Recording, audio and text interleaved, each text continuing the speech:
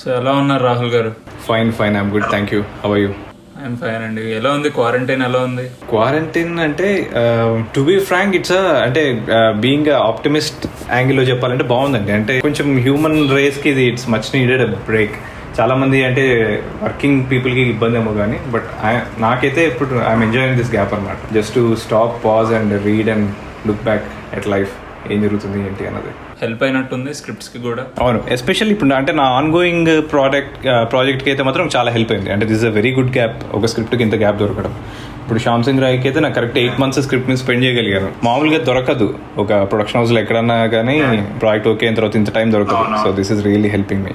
ఈ lockdown period లో మీరు చూసిన one of the 5 best movies ఏంటో చెప్తారా? రికమెండ్ చేస్తారా? I started with old classics అనమాట. Shekhar Kapur's bandit queen. అది నేను ఇంతకుముందు మిస్ అయ్యాను అనమాట. అంటే it's one of the must watch classic but I missed it. అదొకటి, that is one must watch film for many reasons. Even ఎందుకంటే దానికి పనిచేసిన అందరూ almost Hollywood technicians, international technicians work చేశారు. So technical it's a very strong movie.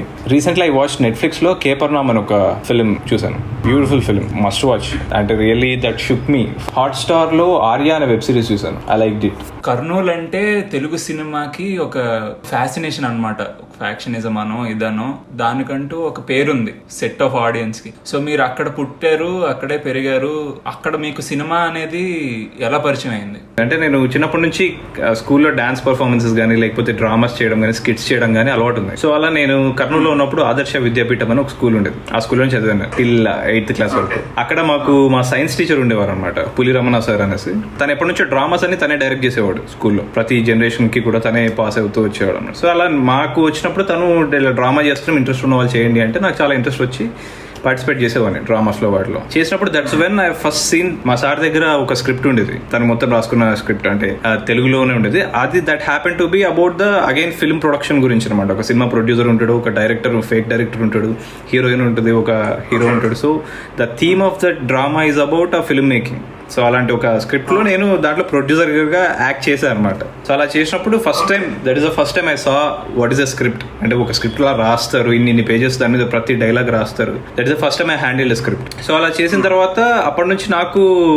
Dramas మీద interest పెరిగింది. ఆ తర్వాత నేను కూడా ఫర్దర్ అదే మా సార్తోనే కలిసి ఇంకొన్ని డ్రామాస్ రాయడం జరిగింది. తన పాత డ్రాఫ్ట్లన్నీ నాతో ఇచ్చి నా హ్యాండ్ రైటింగ్ బాగుంటుందని రీ రైటింగ్ చేపించేవాడు అనమాట. అంటే ఇంకొక కాపీ రాయించేవాడు ఈ స్క్రిప్ట్స్ ని. సో అలా that's when I started writing. That is introduction of story or script writing అన్నది నాకు నా లైఫ్ లో. That happened in my school in Kurnool. స్కూల్లోనే స్క్రిప్ట్లకి ఇంట్రొడక్షన్ అంటే ఇంతకన్నా మంచి అడ్వాంటేజ్ ఇంకెక్కడ ఉంటుంది చెప్పండి? సీరియస్లీ అన్ని స్కూల్స్ లో అంటే అది కల్చరల్ యాక్టివిటీస్ కానీ ఇలాంటివి అంటే ఎప్పుడు ఎలా షేప్ చేస్తే మనది అన్నది దట్స్ అ గ్రేట్ ఎగ్జాంపుల్ నా దృష్టిలో. అవును, అది చాలా important to have all this things in childhood. So introduction to script అనేది స్కూల్లో అయింది. ఇంట్రొడక్షన్ టు సినిమా అనేది ఎలా అయింది? మీరు చూసిన ఫస్ట్ సినిమా ఏమన్నా గుర్తుందా మీకు? ఫస్ట్ సినిమానా? అబ్బో, మరి ఫస్ట్ సినిమా అంటే వెళ్ళిపోదాం, ఆ ఫ్లాష్ బ్యాక్ వెళ్ళిపోదాం, ప్రాబ్లం ఏం లేదు. అదే టైం ట్రావెలింగ్. అప్పట్లో చాలా వరకు అంటే సినిమాల కన్నా కూడా నాకు చైల్డ్హుడ్ లో బాగా గుర్తున్న మెమరీస్ అంటే ఉషా కిరణ్ మూవీస్ లో వచ్చే డైలీ సీరియల్స్ కానీ, ఐ మీన్ సీరియల్స్ కూడా కాదు, సండేస్ వచ్చే పీసెస్ ఉంటాయి. తరుణ్ది వండర్ బాయ్ వచ్చేది. అసలు అది వస్తుందంటే ఎక్కడున్నా, ఏం చేసినా, ఏం పని చేసినా పరిగెత్తుకుంటే ఆ టైంకి ఇంట్లోకి వెళ్ళి అది చూడాలి. ఆ ఎపిసోడ్ మాత్రం మిస్ చేయలేం అసలు. That is one of the most arresting drama that I watched. అంటే ఒక షో నేను అది చాలా ఎగ్జైటింగ్ చూసాను. దాని తర్వాత దూరదర్శన్ లో శక్తిమాన్. నాకంటే ఒక రకమైన ఫ్యాంటసీ పిక్చర్స్, ఇప్పుడు టాక్సీ వాళ్ళ ఇలాంటి ఫ్యాంటసీ సబ్జెక్ట్స్ చేయడానికి కూడా అది ఒక ఇంట్రెస్ట్. శక్తిమాన్ చాలా ఇది చేసింది. అప్పటికి మనకు మార్వెల్ హీరోస్ లేరు, మనకు తెలిసిన only hero, super hero, Indian super hero మన శక్తిమాన్. లేదంటే ఇంకా రామాయణంలో హనుమాన్. ఇంకా తెలుగు సినిమాకి వస్తే చిరంజీవి గారు. So he was my super hero. అప్పట్లో ఈటీవీలో ఇలాంటి సీరియల్స్ కూడా వచ్చేవి. అలౌకిక, అన్వేషిత వాజ్ మై ఫేవరెట్. అంటే స్పేస్ ట్రావెల్, పొసెషన్, అదొక డిఫరెంట్ జానర్ లో ఉండేది. థియేటర్ ఎక్స్పీరియన్స్ లో కూడా మనందరికి కొన్ని మెమరీస్ ఉంటాయి. అరే ఈ సినిమా మార్నింగ్ షోనే చూడాలరా, టికెట్ ఎంత ఖర్చు అయినా పర్లేదు, కుమ్మేద్దాం, వెళ్ళిపోదాం, రచ్చ లేపేయాలి అని కొన్ని సినిమాలు ఉంటాయి కదా. అలాంటి యూఫోరియా ఎక్స్పీరియన్స్ చేసిన మెమరీస్ ఏమైనా ఉన్నాయా? నేను అంటే I was never a first day first show guy అండి నా లైఫ్ లో. ఇప్పటి వరకు ఫస్ట్ డే ఫస్ట్ షో నా సొంతంగా నేను ఏ సినిమా వెళ్ళా. అనుకోకుండా ఏదో టికెట్ దొరికితే వెళ్ళింది పంజా ఒకటే. జనరల్ నేనేంటంటే చిన్నప్పటి నుంచి నాకు సినిమాలు చూడడం కూడా చాలా చాలా తక్కువ. మంత్లీ ఫ్యామిలీ అంతా కలిసి ఒక సినిమా సినిమాకి వెళ్ళడం. అంతకు మించి ఒక cinema first day first show వెళ్ళాలంటే కూడా మా ఇంట్లో వాళ్ళు భయపడతారు. అంటే అసలు ఆ సెక్షన్ కాదు నేను ఎప్పుడు, కొంచెం జాగ్రత్తగా పెంచబడిన టైప్ అనమాట. ఇప్పుడు first day first show kind of guy కాదన్నారు, మీ ఫేవరెట్ షో ఏంటి? నాదైతే సెకండ్ షో. ఎందుకంటే ఒక సినిమా చూసిన తర్వాత అలా ఆలోచిస్తా పడుకోవడం నాకు ఇష్టం. విజయవాడకి ఇంటర్మీడియట్కి వెళ్ళేంత వరకు సెకండ్ షో చూడడం అనేది తప్పు నా దృష్టిలో. సెకండ్ షోకి వెళ్ళడం అనేది it's not my cup of tea. Or మనం వెళ్ళకూడదు సెకండ్ షో. కొంచెం ఇలాంటి మైండ్ సెట్ లోనే ఉన్నా చాలా రోజులు. సో నా దృష్టిలో ఒక ఇంట్రెస్టింగ్ షో అంటే టీవీలో స్టార్ మూవీస్ ఛానల్లో వచ్చే సినిమాలు నాకు చాలా చాలా ఇంపార్టెంట్. నేను అక్కడ చూసిన ఏ సినిమాలు అయినా సరే they gave lot of impact అనమాట నా మీద. So that was very favourite. And night time particularly ఇంట్లో కూర్చొని చూసేవాడిని. అందరు నిద్రపోతున్న స్టార్ మూవీస్ పెట్టుకుని సినిమాలు చూడడం చాలా ఇష్టం. బ్యాక్ టు బ్యాక్ కూర్చొని ఒకే డేలో 3-4 సినిమాలు ఆపకుండా కూర్చొని చూసేవాడిని. అలాంటివి ఉన్నాయి. So star movies was my first theatre. Star movies అంటే మన ఇండియన్ ఆడియన్స్ కి చాలా వరకు ఒక R-rated మూవీ ఉన్నా, PG-13 మూవీ ఉన్నా సరే అక్కడ సెన్సర్ అయిపోయి వస్తుంది. అప్పట్లో మీరు స్టార్ మూవీస్ లో ఒక మూవీని ఎంజాయ్ చేసి దాన్ని మళ్ళీ కొద్దిగా ఏజ్ వచ్చిన తర్వాత రీవాచ్ చేసి అరే ఇదేంట్రా నేను ఇది చూడలేదు కదా, ఇది లేదు కదా అనుకున్న సినిమా ఏమన్నా ఉందా? టైటానిక్ అనుకున్నా. అంటే స్టార్ మూవీస్ లో కాదు, Titanic such a big hit. కర్నూలులో నేను మా ఫ్యామిలీతో వెళ్ళాం అనమాట. దాని గురించి పెద్దగా తెలియక అందరూ ఏదో పడవ మునిగిపోద్ది సముద్రంలో, సినిమా బాగుంది అని విని అంత ఫ్యామిలీతో వెళ్ళాం. అప్పటికే మన ఇండియన్ సెన్సార్ మొత్తం జరిగిపోయింది, దాంట్లో ఏం లేవు. బేసిక్ ఆ పెయింటింగ్ కూడా చూపించలేదు వాళ్ళు స్క్రీన్ మీద. అలా ప్యాన్ చేసి డైరెక్ట్ ఫేస్ మీదకి జంప్ కట్టేసేస్తారు. కానీ అప్పటికే దాంట్లో ఉన్న కిస్సెస్ కి వాటికే కొంచెం ఇబ్బంది పడ్డాం ఫ్యామిలీతో వెళ్ళి ఆ రోజుల్లో. బట్ నేను అది మళ్ళీ తిరిగి ఫిల్మ్ మేకర్ అయిన తర్వాత అలాంటి సినిమాలు మళ్ళీ చూస్తున్నప్పుడు ఎన్ని సీన్లు అసలు ఈ షాట్లన్నీ ఎక్కడికి వెళ్ళిపోయి అసలు ఇంత సెన్సారింగ్ జరిగిందో మనకు చిన్నప్పటి నుంచి అని ఐ ఫెల్ట్ బ్యాడ్. నేను టైటానిక్ ఫస్ట్ టైం చూసింది తేజ మూవీస్. ఇప్పుడు జెమినీ మూవీస్ కాకుండా అప్పట్లో తేజ మూవీస్ లో డబ్బింగ్ వర్జన్ వేసేవాడు అనమాట. ఇప్పుడు మనకి స్టార్ మూవీస్ అనే కాకుండా ఇప్పుడు డబ్బింగ్ సినిమాలు అన్నా లేకపోతే అప్పుడప్పుడు కొత్త సినిమాలు కూడా వేసేవాడు. మన ఇంట్లోనే హోమ్ థియేటర్ ఏంటంటే సిటీ కేబుల్. సో దాంతో ఏమైనా ఎక్స్పీరియన్స్లు ఉన్నాయా? సిటీ కేబుల్ చూస్తా. సిటీ కేబుల్ లో చాలా ఉన్నాయండి. City cable is like another box where. అప్పుడు అదే నెట్ఫ్లిక్స్. మనకు చాలా వరకు ఏం చేసాడు అంటే కొత్తగా రిలీజ్ అయిన సినిమాలు పైరేటెడ్ కాపీస్ వేసేవాడు. అవి తెలియక కొన్ని రోజులు చూసే అలానే అలా చాలా సినిమాలకి ఎక్స్పోజ్ అయ్యా. అలా ఎక్స్పోజ్ అయిన సినిమాలు ఏంటి? అలా అయినవి చాలా వరకు మన Telugu first day first show movies అన్ని స్టార్ మూవీస్ హీరోల సినిమాలు. నేను చాలా వరకు చాలా కమర్షియల్ సినిమాలు చూడలే తెలుగులో, చాలా తక్కువ. చిరంజీవి గారి సినిమాలని చూసేవాడిని, లేదంటే ఇంకేదైనా సూపర్ హిట్ అయింది అంటే వెళ్ళేవాళ్ళం. అంతకు మించి మధ్యలో చాలా చిన్న చిన్న ఫిల్మ్స్ చాలా మిస్ అయ్యాను నేను, అసలు చాలా చూడలేదు. సో ఇప్పుడు థియేటర్ లో చాలా రకాల ఆడియన్స్ ఉంటారు. ఇప్పుడు ఎమోషనల్ సీన్ వచ్చినా వీడికి నిజంగా ఏడుపు వచ్చినా ఏడోడు పక్కనోడు ఏమనుకుంటాడు అని చెప్పి. మీరే టైప్ ఎమోషన్ ఫీల్ అయితే ఎమోషన్ బయట పెట్టేసుకుంటారా లేదంటే దాచేసుకుంటారా? నేను దాచుకోవాలని చాలా ట్రై చేసి ఫెయిల్ అయ్యే టైప్ అనమాట. ఖచ్చితంగా దొరికిపోతారు అని చాలా కాన్షియస్ ఫీల్ అవుతాయి ఏడ్చేటప్పుడు, ఎవరైనా చూస్తున్నాడు ఏంటని. But I impossible. నేను టీవీలో చూసినప్పుడు కూడా ఏడుస్తాను. చుట్టూ నలుగురున్న ఎనిక్కి వెళ్ళిపోయి ఎవరు కనపడకుండా ఏడుస్తాను అనమాట. అలా సినిమాలు కూడా అలాగే ఏదో ఒక పాయింట్ ఆఫ్ టైమ్ లో చూస్తూ చూస్తూ చూస్తూ ఈ ఫార్మ్ ఆఫ్ ఎంటర్టైన్మెంట్ ఏదో బాగుంది ఒక బుక్స్ కన్నా లేకపోతే ఇది అని ఎప్పుడు అనిపించింది మీకు? ఏ ఏజ్ లో అనిపించింది? సినిమాల్లో ఏదో ఉంది దట్ ఈస్ సంథింగ్ అన్నది నాకు ఆల్మోస్ట్ స్కూలింగ్ టైంలోనే, like almost 5th class 6th class 7th class ఆ టైంలోనే ఉండేది. కానీ ఆల్టర్నేట్ గా అకాడమిక్స్ కి లేదా బుక్స్ కి ఆల్టర్నేట్ గా స్కూలింగ్ కి కాలేజ్ కి ఆల్టర్నేట్ గా సినిమా ఉంది అన్నది నాకు బీటెక్ లో అర్థమైంది. బీటెక్ టైంలో లైక్ ఐ ఫెల్ట్ లైక్ దీన్ని కెరియర్ తీసుకోవాలి అని ఒక సీరియస్ థాట్ చేసుకున్నాను. అనంతపూర్ లో ఆ జ్ఞాన బలు వెలిగిందంటారు. Yeah exactly. మనం సినిమాలు చూసేటప్పుడు చాలా చిన్న ఏజ్ లో ఉన్నప్పుడు మనకి అంత ఫ్యాసినేషన్ ఉండదు. కొద్దిగా ఏజ్ పెరిగే కొద్దీ ఒక్కో లేయర్ అర్థం చేసుకుంటాం. అరే సినిమాటోగ్రఫీ అంటే ఇది, ఎడిటింగ్ అంటే ఇది, కలర్ అంటే ఇది, కంపోజిషన్ అంటే ఇది, ఫ్రేమింగ్ అంటే ఇది. అలాంటి థాట్ ని మీకు ప్రొవోక్ చేసిన సినిమా ఏమన్నా ఉందా? ఓహో ఇవన్నీ కూడా ఉంటాయా అని ఆలోచించేలా చేసిన సినిమా ఏమన్నా ఉందా? అంటే ఒక్కొక్క సినిమాలో ఒక్కొక్కటి అంటే ఒక మెల్లమెల్లగా రివీల్ అవడం స్టార్ట్ అయింది. అలా చూసుకుంటే అంటే నాకు ఫస్ట్ టైం ఒక సినిమాని వెనక్ సైడ్ నుంచి ఫ్రంట్ ఆడియన్స్ లాగా కాకుండా 180 degrees ఇంకో ఆపోజిట్ సైడ్కి వెళ్ళి సినిమాని స్టడీ చేయాలనో లేకపోతే దాన్ని డివైడ్ చేసుకొని చూడాలి అనిపించిన సినిమా యువ, మణిరత్నం గారి యువ. బీటెక్ లో ఉన్నప్పుడు రిలీజ్ అయింది అనమాట. విజయవాడలో చూశాను. జస్ట్ బికాస్ మాధవన్ ఉన్నాడు ఆ సినిమాలోనే వెళ్ళాను అనమాట.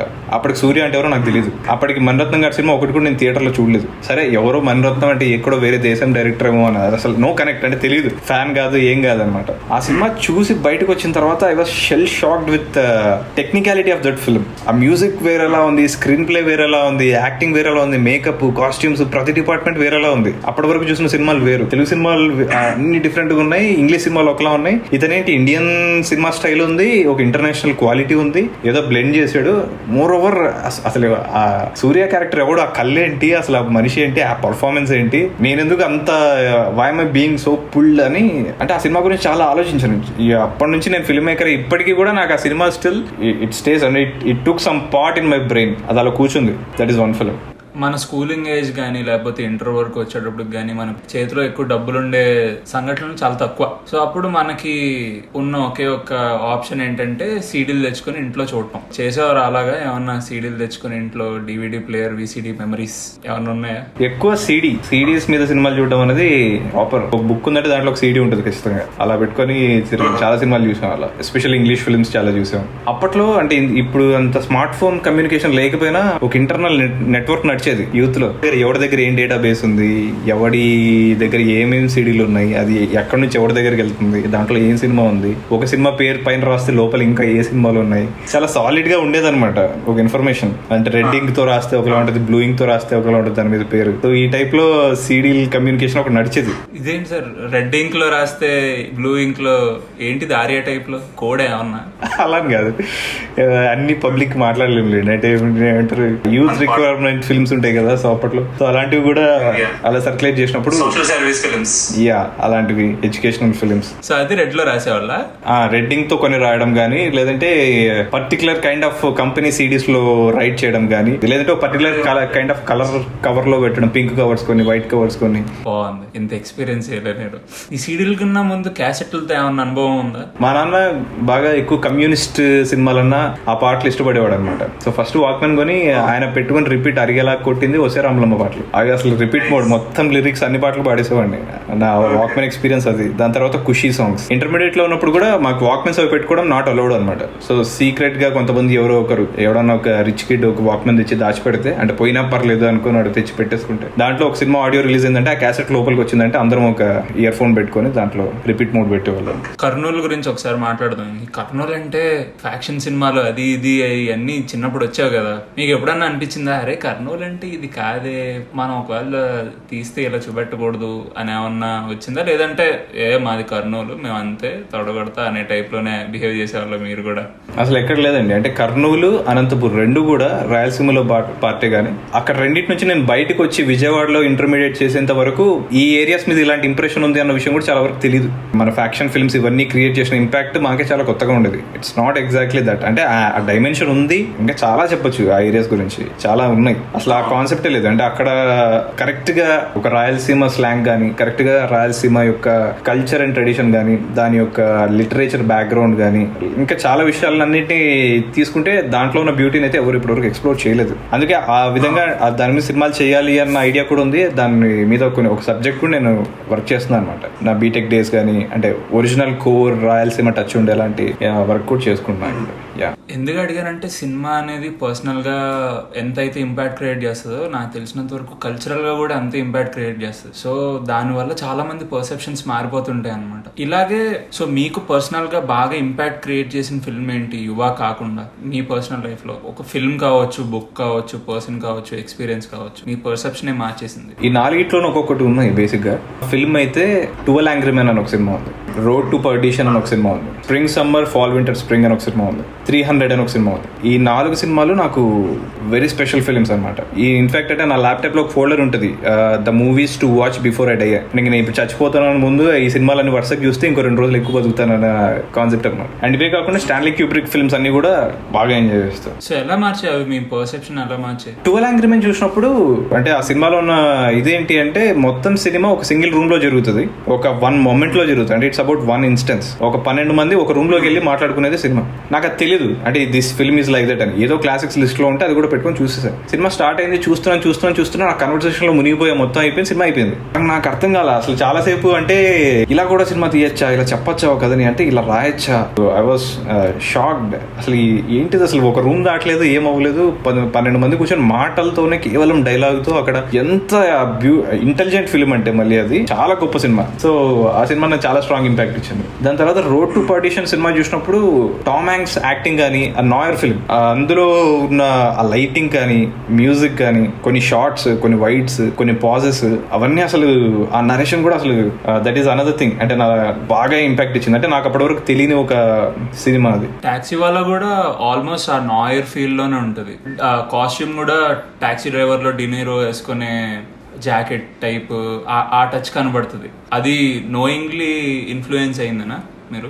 డెఫినెట్లీ అండి. యా, అంటే వాడు అలా ఒక సిగ్నేచర్ జాకెట్, అంటే టాక్సీ డ్రైవర్ లో జాకెట్ కాదు, నేను తీసుకుంది rebel without a cause James Dean jacket అనమాట.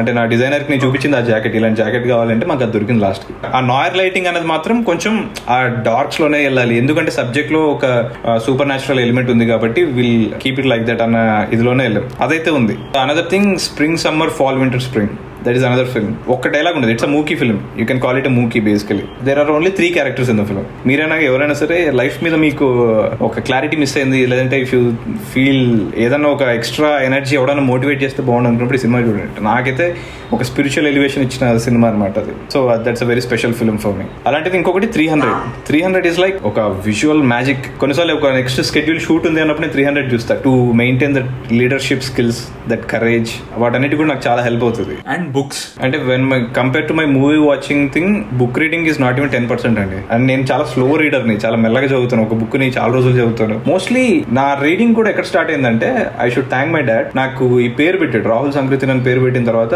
అసలు ఎందుకు నాకు ఈ పేరు పెట్టావు అన్న దగ్గర వెళ్ళింది నా సెర్చ్. సో అక్కడ వెళ్తే అప్పుడు హీ మెన్షన్ రాహుల్ సంకృతి అని ఒక పెద్ద రైటర్ ఉన్నారు అనేసి అతని గురించి చెప్పారనమాట. ఓల్గా టు గంగా, మానవ సమాజం, ఇలా చాలా బుక్స్ ఉన్నాయి తన రాసిన. సో వాటన్నిటి గురించి అనుకోకుండా ఒక రోజు నేను like I think in my intermediate days or some time మా ఊరికి వెళ్ళాను, జున్ను కమ్మవారిపల్లి అనేసి, కర్నూలు డిస్ట్రిక్ట్. అక్కడ ఊరికి వెళ్ళినప్పుడు అక్కడ మా తాతయ్య వాళ్ళ ఇంట్లో ఉన్నాను. అక్కడ అతని పాత ట్రంక్ పెట్టి ఒకటి ఉంది, దాన్ని ఓపెన్ చేశాను. ఏముంటే జస్ట్ క్యూరియస్ గా చూద్దాం అనేసి ఓపెన్ చేస్తే అక్కడ నాకు రాహుల్ సంకృతి అని బుక్ దొరికింది. ఋగ్వేదార్యులోనే ఒక బుక్ దొరికింది. దాన్ని ఓపెన్ చేసి చూస్తే దానిపైన మా నాన్న పేరు ఉంది, టి ప్రసాద్ అని. It's like something is telling me to read this book అనిపించింది. అంత ముందు వరకు నేను ఎప్పుడు సంకృతి అని యాడ్ చేసుకోలేదు నా పేరు వెనక. I was Rahul and initial అంతే. ఆ బుక్ తీసుకొని నేను చదివాను. అది మా నాన్న బుక్, మా తాతయ్య ట్రంక్ పెట్టిలో దొరికింది నాకు, అండ్ ఇదే పేరు నాకు పెట్టాడు. So I felt very excited. ఆ తర్వాత నేను సంకృతి అని నా పేరుకి యాడెడ్ దట్. ఇంటి పేరు తీసేసాను, I shouldn't be identified with caste or anything అనేసి ఇలా రాహుల్ సంకృతి అని పేరు పెట్టుకున్నాను. ఓల్గా టు గంగా అండ్ ఋగ్వేదార్యులు is like those two are my favourite books. Another one ఇంకా ఆబ్వియస్లీ మహాప్రస్థానం. మా నాన్న చిన్నప్పటి నుంచి Aakali Rajyam is another one of my favourite films. మా నాన్నకి కూడా చాలా ఫేవరెట్ ఫిల్మ్. అతను టీవీలో ఎప్పుడు వచ్చినా మా నాన్న చాలా ఎక్సైటెడ్ చూసేవాడు. సో ఏముందని చెప్పి నేను కూడా కూర్చొని చూసేవాడు ఆ సినిమా. మహాప్రస్థానం, శ్రీశ్రీ మహాప్రస్థానం, మరో ప్రస్థానం, ఖడ్గ సృష్టి, సిప్రాలు, ఇవన్నీ కూడా చదివాను. 300 ఫిల్మ్ ఎలా అయితే ఒక కరేజ్ కోసం చదువుతానో, ఈవెన్ శ్రీశ్రీ బుక్స్ కూడా నేను I read them. Ernest Hemingway old men on the sea is my favourite. ఆయన చదివి నేను ఒకటే బుక్, ఇంకో బుక్ సగంలో చదివి ఆపిస్తాను. ఏం ఇంపాక్ట్ చేస్తున్నా తెలియదు కానీ ఇట్స్ ఒక చిన్న వైరాగ్యం ఇస్తుంది ఆ book. Yeah, it's a great book. ఇప్పుడు చాలా మంది అప్కమింగ్ ఫిల్మ్ మేకర్స్ బుక్స్ అంటే ఈ సిట్ ఫీల్డ్ ఇవన్నీ చదువుతూ ఉంటారు కదా, స్క్రీన్ ప్లే గురించి అండర్స్టాండింగ్. మీరు ఫిల్మ్ మేకింగ్ గురించి ఏమన్నా బుక్స్ రిఫర్ చేశారా? అన్ఫార్చునేట్లీ ఇప్పటి వరకు ఒక్క బుక్ కూడా చదవలేదండి. నేను ఏంటంటే ప్రతి బుక్ కొన్నా, సిట్ ఫీల్డ్ ఇవన్నీ కూడా కొని పెట్టుకున్నా, save the cat, even Sidney Lumet, కొన్ని ఆటోబయోగ్రఫీస్, ఎవ్రీథింగ్ సినిమా రిలేటెడ్ ఒక 10 బుక్స్ వరకు కొని పెట్టుకున్నాం, కానీ ఒక్క పేజ్ కూడా చదవలేకపోయాయి ఇప్పటి వరకు. I try to read save the cat, అర్థం కాల కాసేపు. అంటే డైసెక్షన్ ఆఫ్ స్క్రిప్ట్ ఎందుకు నాకు ఎక్కట్లా, అంటే ఇలా రాయాలి, ఇలా ఉండాలి, ఇది ఇంకో ఫామ్ లో అప్లై చేయాలి అని చేసరికి అదేదో మ్యాథమెటికల్ ఈక్వేషన్ లా కనపడింది. I felt it's boring. I cannot mug up that form లా. నేను రాసేటప్పుడు దాన్ని అప్లై చేసి చూడడం నాకు ఎందుకు ఇట్స్ నాట్ కరెక్ట్ రైటింగ్ అనిపించింది. So somehow I couldn't read this books. ఇప్పుడు దాని ప్లేస్ లో నేను ఇంకో బుక్ ఏదైనా చదవాలనిపిస్తుంది తప్పితే ఆ బుక్ చదవాలని నా ఎగ్జైట్మెంట్ ఇప్పుడు రాలా. జస్ట్ ఒక కథను తీసుకున్నప్పుడు ఆ కథని బేసిక్ గా ఒక కామన్ సెన్స్ లో, ఒక ఆడియన్స్ పాయింట్ ఆఫ్ వ్యూ లో చూస్తే అక్కడ అర్థమైపోతుంది, ఇది బాగాలేదు, ఇది బాగుంది, ఇది సరిపోదు, ఇంకా ఏదో రాయలేదు. అంతే తప్పితే ఈ బుక్ లో ఉన్న మీటర్స్ నాకు ఎందుకో ఎప్పుడు నాకు అర్థం కాల. అసలు ఈ రాయడం మీద ఇంట్రెస్ట్ ఎప్పుడు కలిగింది? ఎప్పుడో నమ్మ ఊరికి వెళ్తే 18:1 సీడీలు తెచ్చుకుని మొత్తం వ్యాంపైర్ 18:1 సిరీస్, లేకపోతే హారర్, ఇప్పుడు సా 7 పార్ట్స్, ఇలాంటి థ్రిల్లర్స్, హారర్స్ ఇలాంటివి పెట్టుకుని ఇంకా బింజ్ వాచ్. ఆ రోజుల్లో ఎప్పుడైనా సండేస్ లేదా హాలిడేస్ టైంలో కూర్చుంటే 8 ఫిల్మ్స్ ఏ డే కూడా చూసారు. పొద్దున 6 గంటలకు లేచి కూర్చొని స్టార్ట్ చేస్తే రాత్రి మిడ్-నైట్ వరకు 8 ఫిల్మ్స్ ఏ డే కూడా, అవంతా 1.5 hours ఫిల్మ్స్ కూడా ఉంటాయి. సో అలా చేసిన టైంలో, ఒక టైంలో థ్రిల్లర్స్ బాగా చూస్తున్న టైంలో నేను మా అన్నయ్య కూర్చొని ఒకరోజు నైట్ పడుకునే ముందు లైట్ లైట్లన్నీ ఆఫ్ చేసుకొని ఫుల్ గా కప్పుకొని ఊరికి ఏదో ఒక కథ రాద్దామని ఒక్కొక్క ఐడియా డెవలప్ చేసుకుంటూ వి డెవలప్డ్ ఏ ఫుల్ స్టోరీ. ఒక ఫీచర్ ఫిల్మ్ సరిపడా ఒక థ్రిల్లర్, ఒక female oriented thriller horror kind of story develop చేసుకున్నాం అనమాట. రైటింగ్ చేయలేదు కానీ ఊరికి ఐడియా పెట్టుకున్నాం. దానికి అప్పట్లో పెట్టిన పేరు గిఫ్టెడ్ డెత్. దానికి ఒక శవపేటిక పోస్టర్ డెవలప్ చేసుకొని నేనే ఎక్సైట్ అయ్యి దాని తర్వాత ఇంకెప్పుడు మళ్ళీ I put it in the writing form. So that was my first story that I have developed along with my brother. మనం సినిమాలు చూసిన తర్వాత లేకపోతే ఒక మంచి బుక్ చదివిన తర్వాత ఇవన్నీ చేసిన తర్వాత ఎవరికన్నా వెళ్ళి చెప్పాలనిపిస్తుంది. ఎక్సైట్మెంట్. మీ లైఫ్ లో ఆ పర్సన్ ఎవరు, మీరు ఎవరి దగ్గరికి వెళ్ళి చెప్పేవాళ్ళు, ఆర్ మీ లైఫ్ లో ఉన్న ది బెస్ట్ స్టోరీ టెల్లర్స్ ఎవరు? అమ్మమ్మ కావచ్చు, తాతయ్య గారు కావచ్చు. అవి మీకు ఎలా ఇన్ఫ్లుయెన్స్ చేసాయి? ఇప్పుడు నేను ఏదైనా స్టోరీ ఉంటే నాకు ఒక సర్టెన్ ఏజ్ వరకు వెన్ వి వర్ టుగెదర్ నేనైతే మా అన్నయ్యతో డిస్కస్ చేసేవాడిని. మాక్సిమం ఏ స్టోరీ ఉన్నా చెప్పడం, తను మంచి ఫీడ్బ్యాక్ ఇవ్వడం ఈ టైప్ లో ఉండేది. బట్ నేను చూసిన బెస్ట్ స్టోరీ టెల్లర్ అంటే 9th క్లాస్ లో మా ఇంగ్లీష్ టీచర్ ఉండేవాళ్ళు. అది ఒక క్రిస్టియన్ మిషనరీ స్కూల్ అనమాట. అందులో జెర్రీ లూయిస్ అని we use to call him father. తను హౌండ్ ఆఫ్ బాస్కర్విల్లీ స్టోరీ చెప్పేవాడు యాజ్ పార్ట్ ఆఫ్ సిలబస్. ఆ కథ చెప్తుంటే అసలు ఆయన నరేట్ చేసే విధానం, ఆయన పాజెస్, అదే పనిగా సస్పెన్స్ ఎక్కడ పీక్ ఉంటుందో అక్కడ ఆపేసి మిగిలింది రేపు కంటిన్యూ చేస్తా ఉంటాడు. చచ్చిపోయేవాళ్ళం నెక్స్ట్ టైం అవుతుంది అని. బుక్ చదవచ్చు, బుక్ లో చదివితే తెలిసిపోద్ది, కానీ ఆయన చెప్పే ఎక్సైట్మెంట్ మిస్ అవ్వకూడదని అదే పనిగా we use to just wait and I use to enjoy his classes so much. He was one great narrator. చాలా బాగా చెప్పేవాడు. ద హౌండ్ ఆఫ్ బాస్కర్విల్లీ అనేది that is one story that made a great impact on me. Super story అది. చాలా మందికి reading లో interest కలిగేలా చేసిన స్టోరీ కూడా అవే. ఆ హౌండ్ ఆఫ్ బాస్కర్విల్ కావచ్చు, బారిస్టర్ పార్వతీశం కావచ్చు. ఆ నాన్ డీటెయిల్ కథలు ఇవన్నీ భలే ఉంటాయి.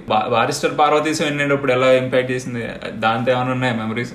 పడి చచ్చిపోయాను అంటే నవ్వి నవ్వి క్లాస్ రూమ్ లోనే కళ్ళలో నీళ్ళు వచ్చేలా నవ్వేవాళ్ళం అనమాట. అసలు అంత కామెడీ, అంత క్వాలిటీ కామెడీ, అది కూడా సిచ్యువేషనల్ కామెడీ ఎంత బాగుండేది బారిస్టర్ పార్వతీశం. దాని తర్వాత ఫుల్ దాని సిరీస్ మొత్తం బుక్స్ కూడా కొనాలని చెప్పి కూడా వెతికాం. అప్పట్లో ఆన్లైన్ లో లేవు కాబట్టి నాకు మా ఊర్లో అంత అవైలబిలిటీ లేదు, సో దొరకలేదు. కానీ బట్ అమేజింగ్ స్టోరీస్. 10th నుంచి ఇంటర్ విజయవాడ, ఆ ట్రాన్సిషన్ పీరియడ్ లో ఏందిరా లైఫ్ ఇలా కూడా ఉంటుందా అనిపించే మూమెంట్లు ఏమైనా జరిగినాయా? ఇంటర్మీడియట్ అనేది ప్రతి స్కేరీ పీరియడ్ నాకు, because of the hostel, Sri Chaitanya Narayana zone. అది కాదు, నేను ఫస్ట్ ఇయర్ ఇంటర్మీడియట్ అంతా కూడా ఐ వాజ్ ఇన్ గీతాంజలి అని ఒక కాలేజ్ ఉండేది. సెకండ్ ఇయర్ నారాయణ అనమాట, ఇక్కడ Edugallu Vijayawada. I regret going to those places అనమాట. ఐ మీన్ అంటే hostel, intermediate 2+2 time was unnecessary. అనవసరమైన స్ట్రెస్, హెల్త్, అసలు బ్యూటిఫుల్ పీరియడ్ ఒక మనిషి ఏజ్ లో, ఆ ఏజ్. సో అలాంటి ఏజ్ ని అలాంటి ఇట్ వాజ్ లైక్ అంటే 2 years ప్రిజన్ పీరియడ్ ఫినిష్ చేసి వచ్చినట్టే. అదైతే నాకు కల్చరల్ షాక్ బాగా తగిలి అసలు ప్రపంచం ఏంటి అని అర్థమైంది నేను బీటెక్ ఫినిష్ చేసిన తర్వాత. I was posted in Mysore, Infosys లో. అప్పుడు మైసూర్లోకి వెళ్ళిన తర్వాత మాత్రం అది మైసూర్లోంచి బయటకు వచ్చేంత వరకు డైజెస్ట్ అవ్వాలా కంప్లీట్ గా ఆ లైఫ్ స్టైల్. అంటే మా ఊర్లో ఒక అమ్మాయి చూడడమే పెద్ద విషయం అనుకున్న దగ్గర నుంచి అక్కడ ఆ కల్చర్, వాళ్ళ కమ్యూనికేషన్ స్కిల్స్, వాళ్ళకున్న మెచ్యూర్డ్నెస్, ఎక్స్పోజర్, వాళ్ళతో పోలిస్తే నేను మా బంచ్ మేము అనంతపూర్ నుంచి కొంతమంది సెలెక్ట్ వెళ్ళాం అనమాట. అస్సలు అర్థం కాలేదు. అసలు కొన్ని రోజులు ఇంట్రోవర్ట్, ఆ బేసిక్ ఇంట్రోవర్ట్ నేను ఇంకా అక్కడికి వెళ్ళేసరికి ఇన్ఫీరియారిటీ కాంప్లెక్స్ చచ్చిపోయా. ఆ ఇంగ్లీష్ రాదు సరిగ్గా, బ్రోకెన్ ఇంగ్లీష్ నాది. ప్లస్ ఆ క్యాంపస్ ఎలా ఉంటుందంటే it's like international standards campus అనమాట. అది అలాంటి క్యాంపస్ చూడడం, అలాంటి ఫెసిలిటీస్ కానీ, అది ఒక పెద్ద షాక్. హాస్టల్ లైఫ్ గురించి టచ్ చేశారు కాబట్టి హాస్టల్ లైఫ్ లో కొద్దిగా డీప్ గా వెళ్దాం. ఎలా ఉండేది సార్ అక్కడ హాస్టల్ లైఫ్? ఎలా ఉండేది? మొబైల్స్ వాడితే పట్టుకుని ఇసిరేయటాలు, మొబైల్స్ దాయటాలు. సెకండ్ ఇయర్ కి వెళ్ళిన తర్వాత ఏంటో ఉదయం 5 గంటలకి డోర్లు బాదుకుంటూ లేపడం, ఒక పానిక్ లో లేవడం, ఒక గంటలో లేచి పరిగెత్తడం, చలి అని లేకుండా అలా వెళ్ళి బయట కూర్చోబెట్టి, అంటే చదువుని అంత దారుణంగా చెప్పొచ్చు అన్నది అక్కడే అర్థమైంది. అసలు పుస్తకాలని తగలేయాలని అంత కోపం. ఎప్పుడైతే ఇంటర్మీడియట్ అయిపోయిన తర్వాత తీసుకెళ్లి విజయవాడలో బుక్లని సెకండ్ హ్యాండ్కి అమ్మేసేవాళ్ళం ఖర్చుల కోసం, సినిమా ఖర్చుల కోసం. అది ఎంత ఎంజాయ్ చేసేవాళ్ళం అంటే టెక్స్ట్ బుక్స్ అమ్మేస్తుంటే, అంటే ఒక తెలియని కోపం బుక్కుల పైన. అంటే బరువు పోయింది అనుకునేలాగా ఒక స్టూడెంట్ ని ప్రిపేర్ చేసే సిస్టమ్ ని డెవలప్ చేశారు చూసారా, that was very toxic in the society. అది ఇప్పుడు ఉందో పోయిందో తెలియదు కానీ, అసలు అది ఎక్కడి నుంచి వచ్చిందో కూడా తెలియదు కానీ, that was one horrible state. So ఆ టైంలో కూడా మనం స్నీక్ అవుట్ లాంటి స్టంట్లు ఏమన్నా చేశా. ఒకసారి ఏం చేశానంటే హాలిడేస్ అయిపోయిన తర్వాత తిరిగి కాలేజ్కి వెళ్ళాలి, సర్టెన్ డేట్లో వెళ్ళి అటెండెన్స్ వేయాలి. ఇంట్లో నుంచి బయలుదేరి వెళ్ళిన తర్వాత అక్కడ లగేజ్ అంతా క్లాక్ రూమ్ లో పెట్టేసి బస్ స్టాండ్ లో, ఇంట్లో ఏమో కాలేజ్ నుంచి ఫోన్ చేసినట్టు చెప్పి వెళ్ళి, ఇక్కడ మాత్రం 4 shows సినిమాలు చూసి, కాలేజ్ లో మాత్రం నెక్స్ట్ డే వెళ్ళి అటెండెన్స్ చేసి ఇవి చేసాం అన్నమాట. మీరు ఓన్ చేసుకున్న ఫస్ట్ ఫోన్ ఏంటి? మోటరోలాది పెద్దది ఒకటి cardless phone, first wireless phone ఒకటి వచ్చేది. బ్యూటిఫుల్ ఉంటుంది ఆ డిజైన్, ఇప్పటికీ ఎత్తి పెట్టుకున్నాను. అది నా దగ్గర ఉంది అది ఒక డిజైన్. It's amazing. ఆ తర్వాత వచ్చినవి ఏవి మళ్ళీ అంత బ్యూటిఫుల్ ఫోన్స్ అనిపించలే నాకు. అది కరెక్ట్ హ్యాండీ ఉంటుంది, సాలిడ్ ఉంటుంది, రోబస్ట్ ఉంటుంది. It's such beautiful phone. So Bluetooth లో షేరింగ్లు ఇవన్నీ జరిగేవా? సాంగ్స్ పిచ్చి పిచ్చిగా షేర్ చేసుకునే వాళ్ళం. డోరేగామా ఇంకొకటి ఏదో ఉండేదండి. ఏ సినిమా వచ్చినా ఫస్ట్ naSongs.com ఒకటి ఇంకేవో ఉండేవి. ఆ సగం వైరస్లే డౌన్లోడ్ చేసేవాళ్ళం అక్కడ పాటల కన్నా.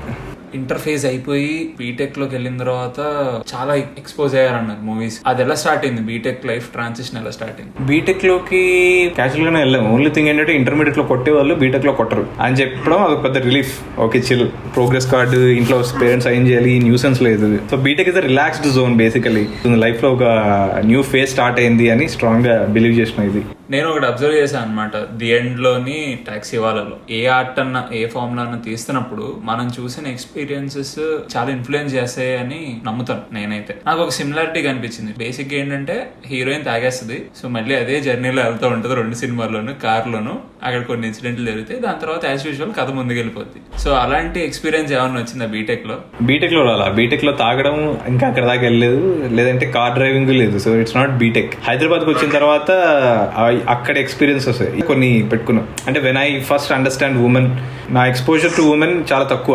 అమ్మ తప్పితే ఇంట్లో అక్క చెల్లెలు ఎవరు లేరు, బంధువుల్లో కూడా ఎవరు పెద్దగా తెలియదు అక్క చెల్లెలు. So women is always alien to me. BTech ఆ తర్వాత రిలేషన్షిప్స్ ఇలా నాకు అమ్మాయిలు పరిచయం అయిన తర్వాత లైఫ్ లో ప్రతిదీ I used to observe them. So వాళ్ళ నుంచి డిరైవ్ చేసుకున్న కొన్ని సీన్స్, సిచ్యువేషన్స్ ద్వారా రాసుకున్న ట్రాక్స్ అవి. ది ఎండ్ ఎక్కువ రీచ్ లేదు కాబట్టి ఐ రీయూజ్డ్ ఇట్. అది మళ్ళీ రాయొచ్చు లేదా స్పేస్ ఉందని చెప్పి మళ్ళీ పెట్టారు. చూసా నాకు ఇంకా ఉన్న సిమిలారిటీస్ ఏమంటే మార్చరీ సీన్ ఒకటి, వాచ్మెన్ సీన్ ఒకటి. లేదు అంటే మీరు ఇప్పుడు అంటుంటే తప్పితే నేను నిజంగా ఈ సినిమా సిమిలారిటీ ఇది చేయాల. ఆ కార్ డ్రైవింగ్ డ్రంక్ అదైతే నేను కాన్షియస్ గా రాసే, కానీ ఇవి రెండు ఐ డెంట్ ఫోర్స్. మా టీవీ షార్ట్ ఫిల్మ్ కాంటెస్ట్. మా టీవీలో షార్ట్ ఫిల్మ్ తీస్తే సినిమా అవార్డ్స్ లో అవార్డ్స్ ఇచ్చారనమాట. చిత్ర లవ్ యూ ఉంది. అప్పట్లో ఇంటర్నెట్ కూడా లేదు, యూట్యూబ్ కూడా లేదు, చూడలేకపోయారు. తర్వాత మళ్ళీ మేబీ ఒక ఇయర్స్ తర్వాత ఒక ట్రైలర్ వచ్చింది. దాంట్లో ఫ్రమ్ ద విన్నర్ ఆఫ్ మా టీవీ షార్ట్ ఫిల్మ్ కాంటెస్ట్ అని చెప్పి హారర్ సినిమా వచ్చి ది ఎండ్ అని వచ్చింది. అరే సినిమా తీసేస్తున్నారా షార్ట్ ఫిల్మ్ నుంచి, సూపర్ అబ్బా. అంటే అప్పట్లో షార్ట్ ఫిల్మ్ మేకర్స్ అసలు ఎప్పుడు సినిమాలు తీసిన చాలా తక్కువ. సో ఆ సినిమా ఎక్కడ చూద్దామని ఎక్కడ ఆడలే, చాలా ట్రై చేశా. ఆఖరికి కరోనా దయ వల్ల 5 months బ్యాక్ యూట్యూబ్ లో చూసాను అనమాట. ఏమనిపిస్తుంది ఇప్పుడు ఆ సినిమా రిలీజ్ అయ్యింది, కొద్దిగా అప్లోడ్ వస్తుంది అన్నప్పుడు మీ ఫీలింగ్ ఏంటి? And by the way the end చూడకపోతే ఇది వినేవాళ్ళు కానీ చూసేవాళ్ళు కానీ యూట్యూబ్ లో ఉంది, చూడండి. It's a very fun film, బాగుంటది, నవ్వుకోవచ్చు, కొద్దిగా భయపడవచ్చు. The end very favourite. అంటే అదొక ఆబ్వియస్లీ ఫస్ట్ ఫిల్మ్ కాబట్టి it is very special film. కాకపోతే అప్పుడు ఆ షార్ట్ ఫిల్మ్ లో ఉన్న ఇగ్నోరెన్స్, అరగెన్స్ రెండు కలిపి తీసిన సినిమా అది బేసిక్గా. అంటే నేను 20 నిమిషాలు తీసా షార్ట్ ఫిలిం, జనాలు యాక్సెప్ట్ చేశారు, లేదంటే okay people are liking it, దాన్ని ఇంకొక 2 hours చేద్దాం అంతే కదా, మేబీ ఇంకొక 60-80 minutes యాడ్ చేద్దాం అన్న యాటిట్యూడ్తో రాసుకొని తీసేసిన సినిమా అనమాట. దట్ టూ నాకు అప్పుడు ఒక ప్రొడ్యూసర్ దగ్గర చదువుకుంటే చిత్ర ఐ లవ్ యూ అవార్డు వచ్చిన వెంటనే అదే స్టేజ్ మీద కిందికి దిగుతుంటే నాకు ఒక ప్రొడ్యూసర్ పిలిచి సినిమా చేస్తావా అని అడిగారు అనమాట. అరే లైఫ్ చాలా ఈజీగా ఉంది అనుకుని నేను ఓకే చేస్తాను అని. కథ ఉందంటే ఉందని చెప్పేసి నా దగ్గర కథ లేదు. అప్పుడు నా కథ లేక ఏం చేశాను, ఒక French cinema top best thrillers అని చూస్తే ఒక ఫ్రెంచ్ సినిమాలో ఒక థ్రిల్లర్ని తీసుకొని ఆ థ్రిల్లర్ని పెట్టుకొని రాసే ఆ సినిమా బేసిక్గా ది ఎండ్. అందుకే ది ఎండ్కి నేను ఎప్పుడు స్టోరీ క్రెడిట్స్ కానీ వేసుకోలేదు అనమాట. ఈవెన్ సినిమా ఎండ్ క్రెడిట్స్లో ఇన్స్పైర్డ్ ఫ్రమ్ అని ఆ సినిమా పేరు కూడా వేసాను. సినిమా ముందే వేస్తానంటే మా ప్రొడ్యూసర్ వద్దని చెప్పాడు అనమాట. సో అలా వేయద్దు అని. నేను ఆ story I literally lifted from that French film తీసుకొని ది ఎండ్ రాశా. కాకపోతే దానికి కొన్ని అన్ని మాడిఫై చేసుకున్నాను బేసిక్గా చేసుకొని ఈ సినిమా తీసేసాను. ఎందుకంటే నాకు ఇమీడియట్గా ప్రొడ్యూసర్ వచ్చి సినిమా చేసేస్తాం అన్నాడు, కథ ఉందని చెప్పేసా. ఆయనకి అర్జెంట్గా నేను కథ ఇవ్వాలి ఎలా అని చెప్పేసి ఒక థ్రిల్లర్ ఫాస్ట్ రాసేసి తీసుకెళ్ళి చెప్పేసా. కానీ అది వర్కౌట్ అయ్యలేదు తనతో. తర్వాత చాలా చోట్ల తిరిగి ఫైనల్గా నేను నా కజిన్ కోటేశ్వరరావు అని ఇద్దరం కలిసి స్టార్ట్ చేద్దాం అనేసి తను ప్రొడ్యూస్ చేశాడు, నేను డైరెక్ట్ చేసేసా ఆ సినిమా. చేసుకుంటే వెళ్ళిపోయాను. అంటే ఏం తెలియదు నాకు బేసిక్గా. లిటరల్లీ ఆ సినిమా సెట్లో Day 1 షూట్కి వెళ్తే యాక్షన్ కట్ చెప్పడం, షార్ట్ ఫిల్మ్లో అని చెప్పం బేసిక్గా. రెడీ కెమెరా స్టార్ట్ అయింది చేసే అనేవాడిని. యాక్షన్ కట్, స్టార్ట్ కెమెరా, ఇంత ప్రోటోకాల్ కూడా పాటించేవాడిని కాదు షార్ట్ ఫిల్మ్స్లో. ఏం తెలియదు అసలు, క్లాప్ బోర్డు ఏం పెట్టాలో తెలియదు, ఎలా రాయాలో తెలియదు, ఏం తెలియదు, నో ఐడియా. ఈవెన్ నా కెమెరామెన్ ది ఎండ్కి వచ్చేసి ఫస్ట్ షాట్కి ఛార్జ్ వెళ్దామా అంటే పక్కకి వెళ్ళి అడిగే ఛార్జ్ అంటే ఏంటి అని. అప్పుడు చెప్పాను ముందుకు వెళ్ళడానికి ఛార్జ్ అంటాను. ఓహో ఓకే అని చెప్పి ఆ టైప్లో ఆ సినిమా ఫినిష్ చేశాను మొత్తం. ది ఎండ్ కన్నా ది బిగినింగ్ అసలు షార్ట్ ఫిల్మ్స్ తీయాలని ఎప్పుడు అనిపించింది అంటే అప్పట్లో ఏమీ లేవు నాకు తెలిసి. అప్పుడే న్యూ వేవ్ అప్పుడిప్పుడే స్టార్ట్ అవుతుంది. ఆ థాట్ ఎలా వచ్చింది? నాకు బేసిక్ బీటెక్లో ఉన్నప్పుడు సినిమా పిచ్చోళ్ళు కొంతమంది సర్కిల్ ఉండేవాళ్ళు, 1 or 2 ఫ్రెండ్స్, కిట్టు అని, ప్రవీణ్ అని, ఇద్దరు ఈ టైప్ ఆఫ్ ఫ్రెండ్స్ ఉండేవాళ్ళు. నాకు ఒక అమ్మాయి మీద క్రష్ ఉండేది. తన X boy friend is a film maker in Hyderabad. So తను అప్పుడు హైదరాబాద్ వాళ్ళకి they have access to at least YouTube అంటే ఏదో తెలుసు. మా ఊర్లో యూట్యూబ్ అంటే అసలు ఇంక తెలియదు. అంటే అప్పటికి మేము ఇంటర్నెట్ అంటే ఇంటర్నెట్ కేఫ్లకి వెళ్ళి 10 రూపాయలు ఇచ్చి తప్పితే పెద్దగా తెలియదు బయట అంటే ఏంటి వెబ్ అన్నది. సో అక్కడ షార్ట్ ఫిల్మ్స్ చేస్తారు. వాళ్ళ ఫొటోస్ ఏవో చూసాను. వాళ్ళకి అప్పుడే ఒక ఇంత కెమెరాలు పెట్టుకొని ఒక టీం పెట్టుకొని ఈ టైప్లో ఉన్నారు వాళ్ళు హైదరాబాద్లో ఆ గ్యాంగ్. ఆ అమ్మాయి వాళ్ళ గురించి చాలా పొగిడేది. వాళ్ళు క్రియేటివ్, వాళ్ళు చాలా టాలెంటెడ్, వాళ్ళు ఫిల్మ్ మేకర్స్ అని. మన ఏవో హర్ట్ అయింది. మనము ఇంగ్లీష్ సినిమాలు చూస్తాం, ఏవో హారర్ సినిమాలు కథలు చెప్తాం, రాస్తాం, మనం ఎందుకు తీయలేం సినిమా, సరే అనంతపూర్లో స్టార్ట్ చేద్దాం రా ఫిల్మ్ మేకింగ్ క్లబ్ అన్నట్టు నేను మా ఫ్రెండ్స్ కలిసి లెట్స్ డూ ఇట్ అని. సరే డూ ఇట్ అంటే ఏంటి, కథ కావాలి ఫస్ట్. ఎవడో పిచ్చి కథ చెప్పాడు, బాగుంది చేసేద్దాం. సరే తర్వాత కెమెరా కావాలి. కెమెరా లేదు అప్పుడు. ఎవడో పెళ్ళికి ఏదో నికాన్ 5 మెగాపిక్సెల్ కెమెరాలు వచ్చాయి చూసారా, 1 క్లిక్ కెమెరాస్ అవి. సో ఆ కెమెరా ఎవరి దగ్గర ఉంటే అది తీసుకున్నాం. యాక్టర్స్ కావాలి. సో ఓకే మనమే, నేను ఒక యాక్టర్, నా ఫ్రెండ్ ఒక యాక్టర్, ఇంకో యాక్టర్, అందరం పెట్టేసి తీసేద్దాం. స్క్రిప్ట్ లేదు, స్క్రిప్ట్ అన్న కాన్సెప్ట్ తెలియదు, ఎడిటింగ్ అన్న కాన్సెప్ట్ తెలియదు, కెమెరా, యాక్టర్, కథ, ఇదే సినిమా అనుకొని చేసాం. షార్ట్ తెలీదు, షార్ట్ పెట్టడం తెలీదు, కంటిన్యూటీ లేదు. తీసిన ఫుటేజ్ అంతా ఏం చేయాలో అర్థం కాక సరే విండోస్ మూవీ మేకర్ ఉంటుంది ఎడిటింగ్ చేయాలంటే అని ఎవడో చెప్తే దాన్ని పెట్టుకొని కూర్చున్నాం. అస్సలు కంటిన్యూటీ లేదు. ఒక షార్ట్కి ఇంకో షార్ట్కి సంబంధమే లేదు. ఆ ఫుటేజ్ తీసుకెళ్ళి మొత్తం డంప్. అలా ఫస్ట్ 2-3 షార్ట్ ఫిల్మ్స్ ఎడిటింగ్కి పనికిరావు అనమాట కంప్లీట్గా. సో అలా స్టార్ట్ అయింది బేసిక్గా షార్ట్ ఫిల్మ్స్ తీయడం అన్న ఈగో. యా. సో ఆ స్టోరీ, షార్ట్ ఫిల్మ్ ఒక స్టోరీ, అది ఎలాగా అప్పట్లో ఏంటంటే అంటే కథ చెప్తే మెసేజ్ ఉండాలి. ఏంటి ప్రాబ్లం యూత్కి, ఆడేదో లవ్ ఫెయిల్యూర్ ఏదో అయ్యి సూసైడ్ చేసుకోవడానికి వెళ్తే అక్కడ ఆడు ఒక రైల్వే ట్రాక్ మీదకి వెళ్తాడు. ఆడు చచ్చిపోదాం అనుకునేటప్పుడు అక్కడ వాడికి ఒకడు వచ్చి చావద్దురా, లైఫ్ అంటే చాలా గొప్పది, ఇంకా చాలా మంది ముందు ఇంటికి వెళ్ళు అని చెప్తాడు. ఆడు లేచి ఇంటికి వెళ్ళిపోతాడు. తీరా తెలిస్తే వీడు ఆడి ప్లేస్లో అంతకుముందు చచ్చిపోయి అక్కడ దయ్యమే తిరిగి అందరినీ కాపాడుతూ ఉంటాడు. ఇది స్టోరీ. నేను సబ్స్క్రైబ్ చేశాను మీ యూట్యూబ్ ఛానల్ కింద. ఓహో, నాకు యూట్యూబ్ ఛానల్ ఉంది, అది గుర్తు చేశారు. ఉంది చూడండి, రాహుల్ సంకృతి అని కొట్టి చూడండి. 497 సబ్స్క్రైబర్స్ ఉంటారు. బాగా ఉంటుంది.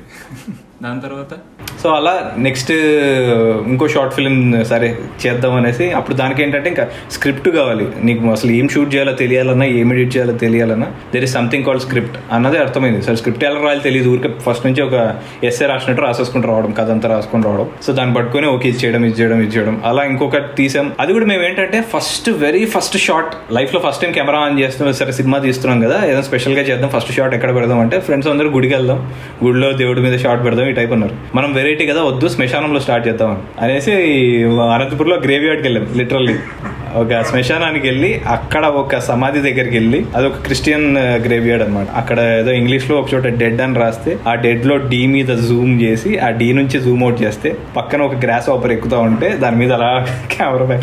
నా లైఫ్ లో తీసిన మొట్టమొదటి నేను డైరెక్ట్ చేసిన షాట్ అది. ఒక శ్మశానంలో స్టార్ట్ చేశాను అనమాట. సో మరి అక్కడ నుంచి ఎలా అయింది సార్ ట్రాన్సిషన్? ఎలా అయింది? చిత్ర ఐ లవ్ యూ ట్రాన్సిషన్ ఎలా అయింది? అంటే అప్పుడు ఎలా ఉండేది? రే బాగా కాంటెస్ట్ పెడుతున్నారంటరా, వెళ్దాం ఇది అది అన్నారా? యా, అంటే నాకు కరెక్ట్, నేను అప్పుడు ఇన్ఫోసిస్ లో జాబ్ చేసేవాడిని. హైదరాబాద్ లోకి వచ్చిన తర్వాత ఇంకా డిసైడ్ అయిపోయాను, అంటే సీరియస్ గా ఫిల్మ్ మేకింగ్ తీసుకోవాలి అని డిసైడ్ అయిన తర్వాత ఇండస్ట్రీలోకి ఎలా ఎంటర్ అవ్వాలన్నది I have no clue, zero clue. ఎక్కడ ఎవడు ఫిల్మ్ సంబంధించిన అన్న వాడితే ఏదో ఒకటి మాట్లాడడము, try to extract something, industry గురించి తెలుసుకోవడం, ఎలా వెళ్ళాలి అలా చూస్తూ ఉన్నా.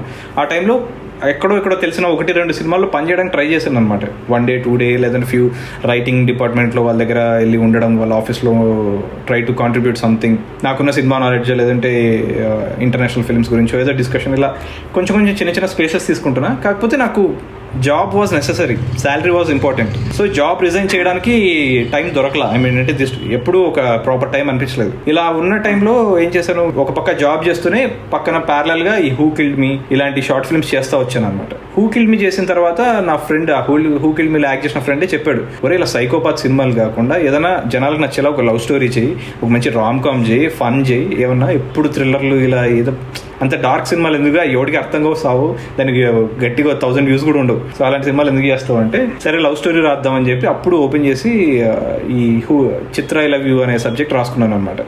అది కూడా ఫిల్మ్ మేకింగ్ బ్యాక్ డ్రాప్ లో ఇమాజిన్ చేసుకుని రాసుకున్నాను. కాకపోతే దాంట్లో జరిగింది ఏంటంటే, చిత్ర అంతా ఫినిష్ చేసిన తర్వాత ఈ కాంటెస్ట్ వచ్చింది మా టీవీలో. వచ్చిన వెంటనే నేను వెళ్ళి అప్లై చేసుకున్నాను. అప్లై కూడా నాది actually late submission, dead line అయిపోయి నెక్స్ట్ డే వెళ్ళాను అనమాట. వాళ్ళు తీసుకోమంటే రిక్వెస్ట్ చేసి ఏదో ప్రాబ్లమ్స్ చెప్పి ప్లీజ్ తీసుకోండి అని చెప్పి సబ్మిట్ చేశాను. సబ్మిట్ చేసిన తర్వాత ఇంకా మళ్ళీ I'm back to my job and other film ఆపర్చునిటీస్లోకి వెళ్ళిపోయిన తర్వాత ఒకరోజు ఒక సినిమా షూటింగ్లో నేను పార్టిసిపేట్ చేశాను ఒక 2-3 days, ఫ్యూ డేస్ ఒక ఫస్ట్ షెడ్యూల్ పార్టిసిపేట్ చేసి నేను మార్నింగ్ ఆఫీస్కి వెళ్ళి స్వైప్ చేసి అక్కడ వర్క్ చూసుకొని మళ్ళీ ఇక్కడ స్కెడ్యూల్కి లంచ్ బ్రేక్లో వెళ్ళి స్కెడ్యూల్కి అటెండ్ అయ్యి మళ్ళీ ఈవినింగ్ వెళ్ళి అక్కడ స్వైప్ అవుట్ చేసి ఈ టైప్లో తిరిగేవాడిని కంపెనీకి షూట్కి మధ్యలో అలా బైక్లో. ఆ ప్రాసెస్లో I use to drive extremely fast bike చేసే టైంలో I met with a very bad accident అనమాట. కరెక్ట్గా షూట్కి వెళ్తున్నప్పుడు కరెక్ట్ పెద్దమ్మ గుడి దగ్గర I met with an accident. కాలు 2 bones ఇరిగిపోయి ఫ్రాక్చర్ అయింది. 3 months బెడ్ రెస్ట్, కంప్లీట్గా ఆన్ బెడ్ ఉండిపోయా. అప్పుడు ఆ 3 months నాకు ఇంకా most precious time in my life. అప్పుడు అనిపించింది అంటే ఆ very moment I could have died like that on the road. చనిపోయి ఉండొచ్చు కదా, అసలు అంత సింపుల్ కదా లైఫ్ అన్న ఒక చిన్న స్పిరిచువల్ లైట్ వెలిగింది. So what I'm I waiting for, దేనికోసం వెయిట్ చేస్తున్నా, let's quit the job, let's pursue film making completely. ఎందుకు ఇంత లైఫ్ని స్ట్రెస్ చేసుకోవడం, నాకు ఏం కావాలో దాని మీద ఫోకస్ చేద్దాం, 100% నా ఎఫర్ట్ అక్కడ పెడదామని.